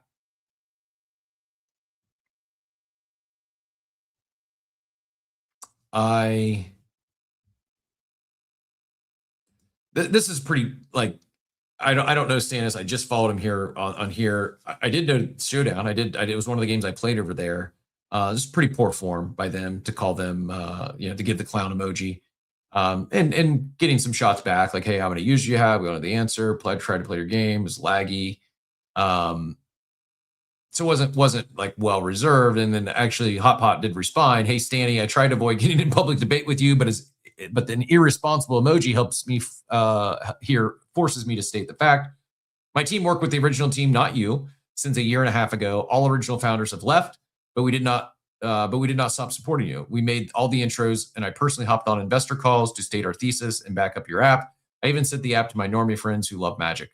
We literally paid ads for you, since we believe getting direct to consumers is important for Showdown. Your complaint that I won't hop on a call with you is childish, because I had allocated ecosystem lead to work with you directly. A call with me won't get you further ahead, and I don't understand why you're so obsessed. Oh, I forgot to say that you had used our brand to send a bunch of random DMs to Twitter anons when we chose to purposely ignore. For sure, we were at fault as the video series presented on the mismanaged timeline and false expectations. I own that 100%. Yeah, sending clown back at you, sir. I don't know. Probably not a good look on either party there for the little bit of back and forth on the timeline. I don't know. What does this mean for Mega ETH?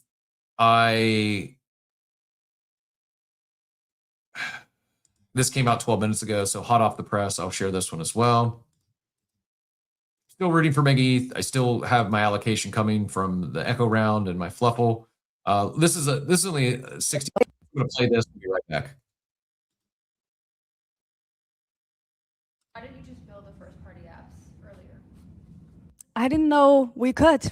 We raised money to build a general purpose blockchain. It felt morally wrong to compete with our customers and application builders. Even though a lot of trusted friends and investor friends and people who told me don't leak value to application builders, I didn't believe it. I had this naive obsession with building an ecosystem that everyone lived with each other harmoniously and everyone built on each other's primitive. I didn't think it was possible. I didn't think it was even allowed. I changed my mind because I realized that a lot of the infrastructure that can be in the format of an app can be best built by the chain team. I also believe that as a protocol, we want to have direct interaction with the end user, which was the original thesis of building Moss, which we started about 2 years ago. The building application nowadays basically filled a hole that we outsourced to third-party developers before. Interesting. I don't understand that. I didn't know we were allowed. That's odd to me. I don't get it. I mean, of course you're allowed. It's your chain. Do whatever you want. I don't think there's any social contracting even that says you can't build your own apps. I think I don't get that one. Thomas said Showdown was really fun to play. It was I liked it because it was different. It was a different spin. Apparently it wasn't novel. There was other similar ones. They might have been the first to bring it on chain, but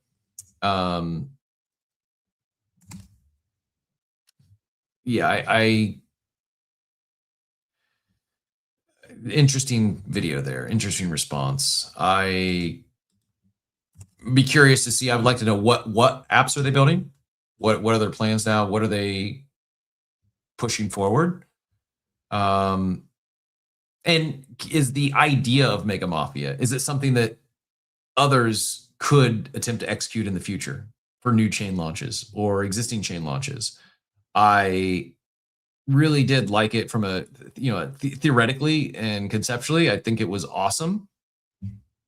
I think not taking any control, just giving so much and not having any sort of, even if you're not taking equity, some sort of agreement, something to prevent these teams from just leaving when if things get tough at the first sign of things getting tough. That's not great. But yeah, I hope we see it again. I am not getting where some technical issues remain on the claw pool. So Digital Dad, we're not going to forget you. You're queued up. We're going to double dip next week, whether we do 2 next Friday or we do 1 during the week. We'll take good notes here. I'm going to put it down in our show notes. We will not forget, but could be that okay. We might have figured out what the issue is, but yeah, not going to be able to do it today. But that just means that we weren't going to pull the claw. We weren't going to pull the grail. So the claw gods are in our favor. It's preventing us from doing the pull today when it was just going to be a $30 item. It's gonna delay it till next week, and you're gonna pull one of those $1,200 grails. That's what's happening. So Digital Dad, thank you for playing. We will get your claw pull in next week. And apologies for the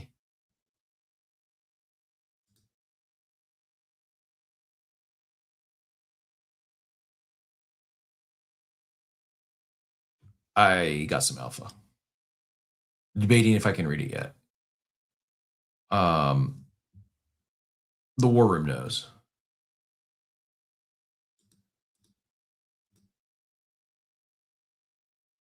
I would just say,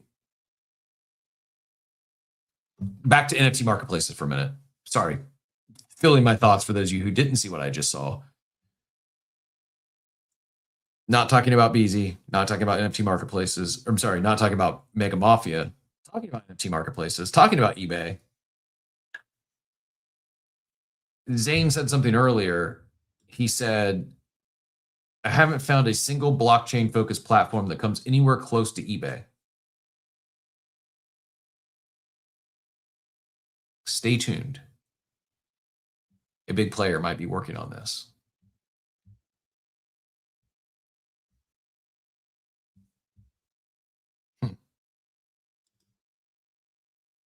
Interesting. This is interesting. I think we might have some exciting news coming up in the near future regarding today's topic. Can't share any more. I don't know anymore. But I think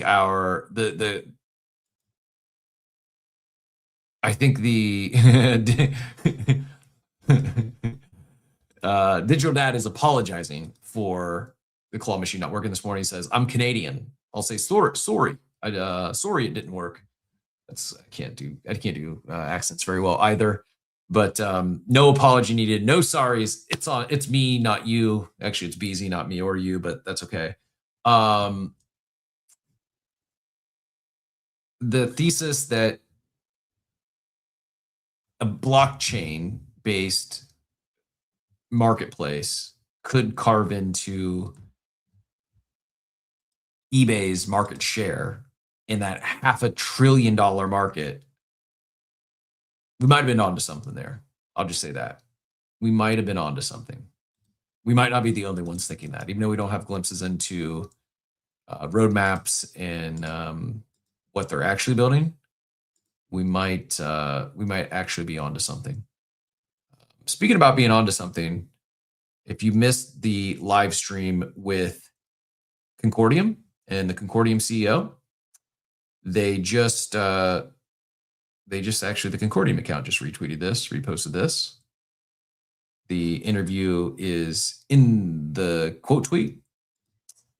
They said, the future of agentic economy depends on more than intelligent AI, it depends on trust. Their CEO, Boris, joined myself to discuss AI agent accountability, verifiable identity, and infrastructure needed for trusted autonomous transactions. It's about the hour mark, 1 hour and 1 minute to be exact, or 1 hour, 1 minute, and 19 seconds to catch the interview with their CEO. And that is pinned up top if you want to go check it out, or go find us on Apple Podcasts, Spotify, wherever you prefer to listen to your podcast. Search Coffee with Captain. You should find us there, and feel free to listen to it at 1.5x if you can understand me speaking at 1.5 speed.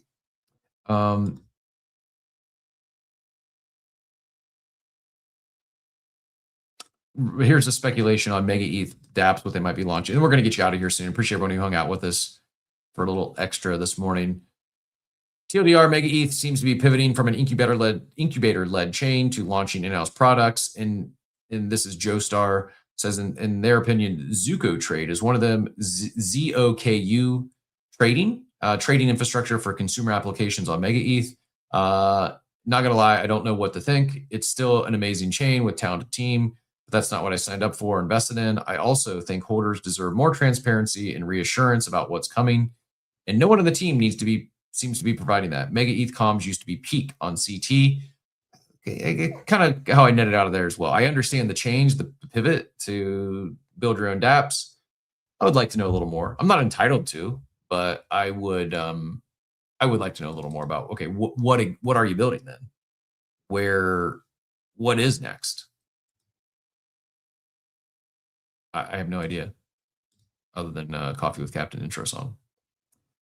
B Epic says Giratina, not G Latina, it's Giratina is the word I was struggling with earlier. Thank you for that. Good luck to everyone going for, what's the Pokemon pack today? The chat was popping off. It's too far back. I can't find it. Anyways, if you're buying the new Pokemon pack today, good luck. Good luck getting yours. I hope you pull a grail. I may mess around and go see if I can find something myself. We got not one, not two, but actually 3 claw pulls next week, because we'll have we will be picking our community member of the month, which is going to come down to whoever wins this World Cup final on Sunday. The winner will be decided whether it is Argentina or Spain. That will decide who wins the Coffee with Captain Bracket Challenge, and they will be getting a $250 BC Claw pool next week. So good luck to all, whether you're in that competition or you are just in the sports betting streets or in the daily fantasy streets this weekend. Good luck. I hope your team wins, and I hope you do well. But enjoy the weekend. Whether you looking forward to the third place game or not tomorrow, go enjoy the Odyssey. Great reviews. Go enjoy the World Cup third place game, the finals, and we'll be back on Monday morning at 8 a.m. like always. Until then, I keep hitting autoplay on the that Mega ETH clip. But until then, hope you all have a wonderful, wonderful weekend, everyone.